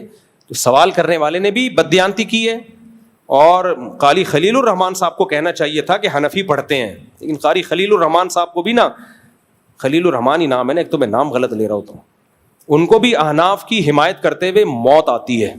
پتہ ہوتا ہے یہاں احناف درست ہیں، لیکن وہ مجال ہے، کوئی طنز جتنے بھی ہوں گے جہاں کوئی طنز کا موقع ملے گا تو کریں گے, طنز کا موقع ملے گا تو کریں گے. تو فرقواریت تو آپ خود پھیلا رہے ہو. تو ان کو چاہیے تھا, بولتے بھائی 99% حنفی امام کعبہ کے پیچھے نماز پڑھتے ہیں, ٹھیک ہے مفتی حنیف قریشی صاحب نہیں پڑھتے ہوں گے, ان کی میرے مقصد کسی پہ طنز نہیں ہے, ان کی اپنی ایک رائے ہوگی, لیکن یہ الزام لگانا کہ سارے حنفی نہیں پڑھتے غلط ہے, پڑھتے ہیں. السلام علیکم مفتی صاحب. جی, یہ بالکل ایسا ہی الزام ہے جیسے عدالتی خلا پہ لگا دیا کہ یہ حنفیوں کی رائے کہ خلا نہیں ہوتا. بھائی سب کی رائے خلا نہیں ہوتا, تو جس کو جو ٹھڑک نکالنی ہوتی ہے حنفیوں کا نام لے کے رگڑ دیتا ہے اس کو. السلام علیکم مفتی صاحب, میرا سوال یہ ہے کہ جو لڑکے جو پیٹرول پمپ پہ کام کرتے ہیں نا, جی, ان کو جو تنخواہ دی جاتی ہے وہ کیا حرام ہوتی ہے یا حلال ہوتی ہے؟ لڑکے جو پیٹرول پمپ پہ کام کرتے ہیں ان کی تنخواہ حرام کیوں ہوگی, حلال ہے. وہ جو پیٹرول کم کرتے ہیں نا, ان سے تو جو لڑکے کام کیا کر رہے ہیں پیٹرول پمپ پہ, جو پیٹرول کم ہوتا ہے نا ان سے تو لڑکوں کا کوئی واسطہ نہیں ہوتا, وہ تو اندر آفس سے ہوتا ہے. بس اگر ناجائز کام کر رہے ہیں, پیٹرول بچا رہے ہیں اور بل صحیح نہیں بنا رہے تو پھر ناجائز ہے. لڑکے کام کر رہے ہیں ان کے بھی صحیح نہیں ہے, جو لڑکے کام کرتے ہیں پیٹرول پمپ پہ وہ ان کے بھی آمدنی اگر کام ہی سارا دن یہی ہے دھاندلی تو پھر ناجائز ہے. کام دیکھا جاتا ہے, زیادہ کام کیا ہے, زیادہ کام جائز ہے تو تنخواہ کو جائز سمجھا جائے گا, اور ہمارے لیے ان سے ڈیلنگ حلال ہوگی, اور جو حرام ہے جتنا اس کو صدقہ کرنا پڑے گا, اور سارا ہی کام دھاندلی پر مشتمل ہے پھر جائز نہیں ہے. میرے بھائی جلدی لیڈیز گروپ کے ساتھ عمرہ کے بغیر محرم جا سکتی ہوں. خاتون نے پوچھا ہے کیا میں بغیر محرم کے عمرے پہ جا سکتی ہوں؟ گروپ کے ساتھ نہیں جا سکتی. جوان لڑکی بغیر محرم کے عمرہ یا حج کا سفر نہیں کر سکتی. ایسی باتوں کا فتویٰ غامدی صاحب سے لیا کریں. تو اس کو عام سفر پہ قیاس نہیں کیا جا سکتا, حج عمرے کے سفر کو. دیکھو یہ بات کہ نبی صلی اللہ علیہ وسلم نے عورت کو محرم کے بغیر سفر کرنے سے منع کیا ہے, اس میں اتنی بات تو ہم بھی مانتے ہیں, اس کی وجہ تھی فتنہ, کیونکہ پہلے زمانے میں جنگلوں کا سفر بھی آ رہا ہے, صحراؤں کا سفر بھی آ رہا ہے, عورت کے ساتھ کوئی مرد نہیں ہوگا تو اس کی عزت اچھلنے کا خطرہ ہے. اس لیے نبی نے فرمایا 1 دن اور 1 رات کا سفر, یا اور ایک دوسری حدیث میں 3 دن اور 3 رات کا سفر کوئی عورت محرم کے بغیر نہ کرے. اب لوگ کہتے ہیں کہ اب وہ دور نہیں ہے, اب جہاز میں جا رہی ہے, کیمرے لگے ہوئے ہیں, سیو ہے, بالکل ٹھیک ہے, لیکن یہ یہاں تو ہو سکتا ہے کراچی سے لاہور کسی کام سے جانا ہو گیا ایمرجنسی میں, لاہور سے کراچی, یا امریکہ بھی جا سکتی ہے, امریکہ میں اس کا محرم وہاں موجود ہے, یہاں سے ابا نے بٹھا دیا اور وہاں سے کسی نے ریسیو کر لیا, اس میں تو کوئی ضرورت کے وقت گنجائش دی جا سکتی ہے. عمرے میں ایسا نہیں ہوتا, حج میں ایسا نہیں ہوتا, یہاں سے اڑی وہاں پہنچ گئی, 10 سے 15 دن اسٹے کرنا پڑتا ہے. کسی اجنبی ملک میں اتنا لمبا اسٹے جوان عورت کا محرم کے بغیر, اس میں یہ کہنا کہ فتنے کا اندیشہ نہیں ہے, یہ حالات سے ناواقفیت کی دلیل ہے. اچھا لوگ مثال دے رہے ہوتے ہیں فلاں کی بیٹی گئی تھی, جوان لڑکی ہے, وہ تو صرف حج عمرہ نہیں بلکہ وہ تو 4 سال یورپ کی یونیورسٹی میں پڑھ کے آ گئی, اسے تو کچھ نہیں ہوا, اور مولوی لوگ کہتے ہیں فتنے کا اندیشہ ہے. دیکھو فتنے کا اندیشے کا مطلب کیا ہے, خطرہ ہے, یقینی تھوڑی ہوتا ہے فتنہ. کسی علاقے میں چرس بٹ رہی ہو, آپ اپنے بچوں کو وہاں جانے سے روکو گے نا, کیا خیال ہے؟ اب کوئی کہہ رہا ہے نہیں میرا بچہ تو گیا تھا, کوئی چرس نہیں لی اس نے, چرسیوں سے دوستیاں بھی لگائیں, راتیں بھی گزاری, چرس نہیں پی. آپ کہیں گے بھائی یہ ہو گیا, ونس اپون اے ٹائم ایسا بھی ہو جاتا ہے, لیکن خطرہ تو ہے نا, تو ہم کیوں رسک لیں بھائی. تو اسلام میں بہت سارے احکام کا مدار فتنے پر نہیں ہے, فتنے کے خطرے پر ہے, خطرہ موجود ہے. ورنہ بہت ساری بے پردہ عورتیں ہیں, ان کی عزتیں محفوظ, آج تک کسی نے ان کو نہیں چھیڑا, بہت ساری بے پردہ ہیں. تو کیا بے پردگی کی اجازت ہو جائے گی؟ یہی کہا جائے گا نہیں چھیڑا, خطرہ تو ہے نا, خطرہ تو ہے. تو خطرے کی بیس پہ بہت ساری لڑکیاں جاتی ہیں, عمرہ کر کے آ جاتی ہیں, کچھ نہیں ہوتا. بہت ساری جاتی ہیں یورپ امریکہ یونیورسٹیوں میں 4 سال ہاسٹل میں رہتی ہیں, کچھ نہیں ہوتا. لیکن بہت ساریوں کو بہت کچھ ہوتا بھی اسی وجہ سے, اگر وہ گھر میں رہتی ہیں تو نہ ہوتا یہ سب کچھ. تو شریعت نے فتنے پر مدار نہیں رکھا, فتنے کے خطرے پر مدار رکھا ہے. تو حج اور عمرے میں بہت ٹائم گزارنا پڑتا ہے, اجنبی ملک ہے, اجنبی کنٹری ہے, سارے اجنبی لوگ ہیں, تو بہت خطرہ ہوتا ہے ٹاکرا ہو جائے. دوستیاں جہازوں میں ہو جاتی ہیں, دوستیاں بیٹھے بیٹھے دوستیاں ہو جاتی ہیں, بڑے اسکینڈل چلتے ہیں پھر. تو اس لیے اتنی تو گنجائش ضرورت کے وقت دی جا سکتی ہے, یہاں سے وہاں جا رہی ہیں, وہاں سے یہاں آ رہی ہیں, لیکن کسی دوسرے کنٹری میں اتنے ٹائم کے لیے اسٹے کرنا محرم کے بغیر, اس کی بالکل اجازت نہیں. ہاں بوڑھی عورتیں مستثنیٰ ہیں, تو بوڑھی عورتوں وہ بغیر محرم کے جا سکتی ہیں. اب بوڑھی کون ہے؟ تو ہم کوئی ایج نہیں بتاتے, جو عورت کہہ دے کہ میں بوڑھی ہوں وہ چلی جائے, السلام علیکم. وہ کہے وہ مر جائے گی. ہماری جاننے والی ایک خاتون اس چکر میں مر گئی, ڈاکٹر کو اپنی عمر ہی نہیں بتاتی تھی صحیح, 35 سال کے بعد انہوں نے بتانا چھوڑ دیا. ڈاکٹر 35 سال کے حساب سے ان کو میڈیسن دے رہا تھا جبکہ وہ 55 کی ہو چکی تھی. جھوٹ بولا ڈاکٹر سے اور مر گئی. موت گوارا کر لی, مگر یہ کہنا کہ میں 55 کی ہو چکی ہوں یہ گوارا نہیں کیا. یہ ہوتے ہیں عزم کے پکے. السلام علیکم مفتی صاحب, میرا نام ذوالفقار ہے, میں سعودیہ سے آیا ہوں چھٹیوں میں. Very good. تو میرے کافی کولیگ جو ہے آپ کو دیکھتے ہیں. Very good. اور ان میں سے ایک انڈین کولیگ نے مجھے کہا تھا کہ آپ کراچی میں رہتے ہو لیکن آج تک آپ کی مفتی طارق مسعود سے ملاقات نہیں ہوئی, تو ایک تو ملاقات کرنی ہے آپ سے, ایک تصویر کی درخواست ہے. اچھا, 2 چھوٹے چھوٹے سوال ہیں میرے. جلی سعودیہ میں جو ہے وہ میں بچوں کو اس دفعہ اس لیے لے کر آیا ہوں کہ وہ یہاں پہ آ کے بقرہ عید دیکھیں. وہاں پہ وہ میرے بچے یوٹیوب دیکھتے ہیں تو وہ ایسا کوئی اسلامی چینل بچوں کا چینل نظر نہیں آتا, تو اس سلسلے میں جامعۃ الرشید کیا کام کر رہا ہے. دوسرا سوال یہ ہے کہ آپ جو یہ مشن لے کے چل رہے ہیں 4 شادیوں کا, تو کیا آپ نے اپنے کچھ شاگرد ایسے بنائے ہیں جو یہ آپ کا مشن آگے لے کے چلیں گے؟ دیکھو بچوں کو پھر بقرعید میں پاکستان لایا کرو. کراچی, خدا کی قسم بقرعید کا مزہ کراچی میں ہی ہے, بہت زیادہ مزہ. میں نے دیکھا ہے کینیڈا سے UK سے لوگ اپنے بچوں کو کراچی لا رہے ہوتے ہیں, باقی ملکوں میں مزہ نہیں ہے بقرعید کا. اور پاکستان میں بھی جو مزہ کراچی میں کہیں اور نہیں ہے. تو وہ اس کا تو یہ جواب ہو گیا کہ بچوں کو سعودی عرب نہ رکھیں بقرعید میں, ان کو یہاں لے کر آئیں. سعودیوں کو بولیں تم بھی آؤ ہمارے یہاں آؤ, بقرعید یہاں آ کے گزارا کرو. باقی یوٹیوب چینل تو لوگ بنا رہے ہیں, مذہبی چینل بھی ہیں. جامعۃ الرشید کا مجھے نہیں پتا, شاید بنایا انہوں نے, نہیں بنایا واللہ عالم. بنانا چاہیے بچوں کے لیے مذہبی چینل. ان لوگوں نے تو بنائے ہیں, جو دعوت اسلامی والے لوگوں نے بھی اچھے چینل بنائے ہیں بچوں کے. جی دوسرا سوال میرا رہ گیا مفتی صاحب. دوسرا سوال یہ تھا کہ جو آپ مشن لے کے چل رہے ہیں 4 شادیوں کا. ہاں 4 شادیوں والا مشن لے کے میں چل رہا ہوں. یہ آپ کی بات کون لے کے چلے گا؟ آپ نے ایسے شاگرد تیار کیے ہیں؟ نظریہ تو بن چکا ہے اور بہت سے لوگ, اب میڈیا پہ یہ بحث آنا شروع ہو گئی ہے, مدارس سے فتوے نکلنا شروع ہو گئے ہیں, تو بہت تبدیلی ہو گئی ہے. اب جو لوگ کریں گے تو ظاہر ہے ان کی نسلوں میں یہ کام جاری ہوگا نا, تو ہو چاہیے چل پڑائے. اب یہ وہ کیا ہے, پھونکوں سے یہ چراغ بجھایا نہ جائے گا, بچوں کی پیدائش کو روکا نہ جائے گا. 19 کے بعد 19 ہوئے تو شرم تو آئے گی نا. کچھ لوگ تو مذاق اڑا رہے ہیں, یہ دیکھو مولویوں کا اس کے علاوہ کوئی کام ہی نہیں ہے, لیکن بہت سے شرمندہ بھی ہو رہے ہیں کہ یار ہماری صحت مفتی صاحب سے زیادہ اچھی ہے, ہمارے پاس مفتی صاحب سے زیادہ پیسہ ہے, ہم ابھی مفتی صاحب سے زیادہ ینگ ہیں اور کوئی رپورٹ ہی نہیں ہے. شرم آ رہی ہے ان کو. انقلاب آئے گا. وہ لوگ بیزار ہیں, پتہ ہے آپ کو, وہ چاہ رہے ہیں یہ بیانات ہماری قوم کے لیے ہوں. اللہ کی قسم امریکہ ہم سے ناراض اس لیے نہیں ہے کہ ہم 4 شادیوں اور زیادہ بچوں کی بات کرتے ہیں, نا. وہ کہہ رہے ہیں یہ پاکستانیوں کو کیوں سکھا رہے ہو. وہ کہتے ہیں ہم پاکستانیوں پہ پیسہ خرچ کر رہے ہیں نسل روکنے کے لیے, کیونکہ ہماری بڑھ نہیں رہی, ان غریبوں کی پھیل رہی ہے. یہی بیانات اگر میں انگریزوں میں دینا شروع کر دوں نا کہ زیادہ بچے پیدا کرو, مجھے نیشنلٹی دے دیں گے وہ لوگ. جاپان کہے گا یار ادھر شادیاں کروا, بچے پیدا کروا یہاں پہ, ہم تجھے میں بھی جاپان چلا جاؤں نا, میرے سارے بچوں کا فری اتنے لاکھ روپے مجھے ملیں گے کہ آپ کی سوچ سے بھی زیادہ. مجھے لوگ بلا رہے ہیں, کوئی کہہ رہا ہے ناروے آ جاؤ, کوئی کہہ رہا ہے جاپان آ جاؤ, مفتی صاحب بچوں کا 19 بچوں کا الاؤنس, سونے کے نوالے, کیونکہ یہ چاہ رہے ہیں فیملیوں کو بڑھانا. نہیں, لیکن نیشنلٹی وہاں کی لینی پڑے گی. نا ہم نہیں آ رہے. ہم کہتے ہیں نہیں, اپنے خرچے پہ پالیں گے بچوں کو.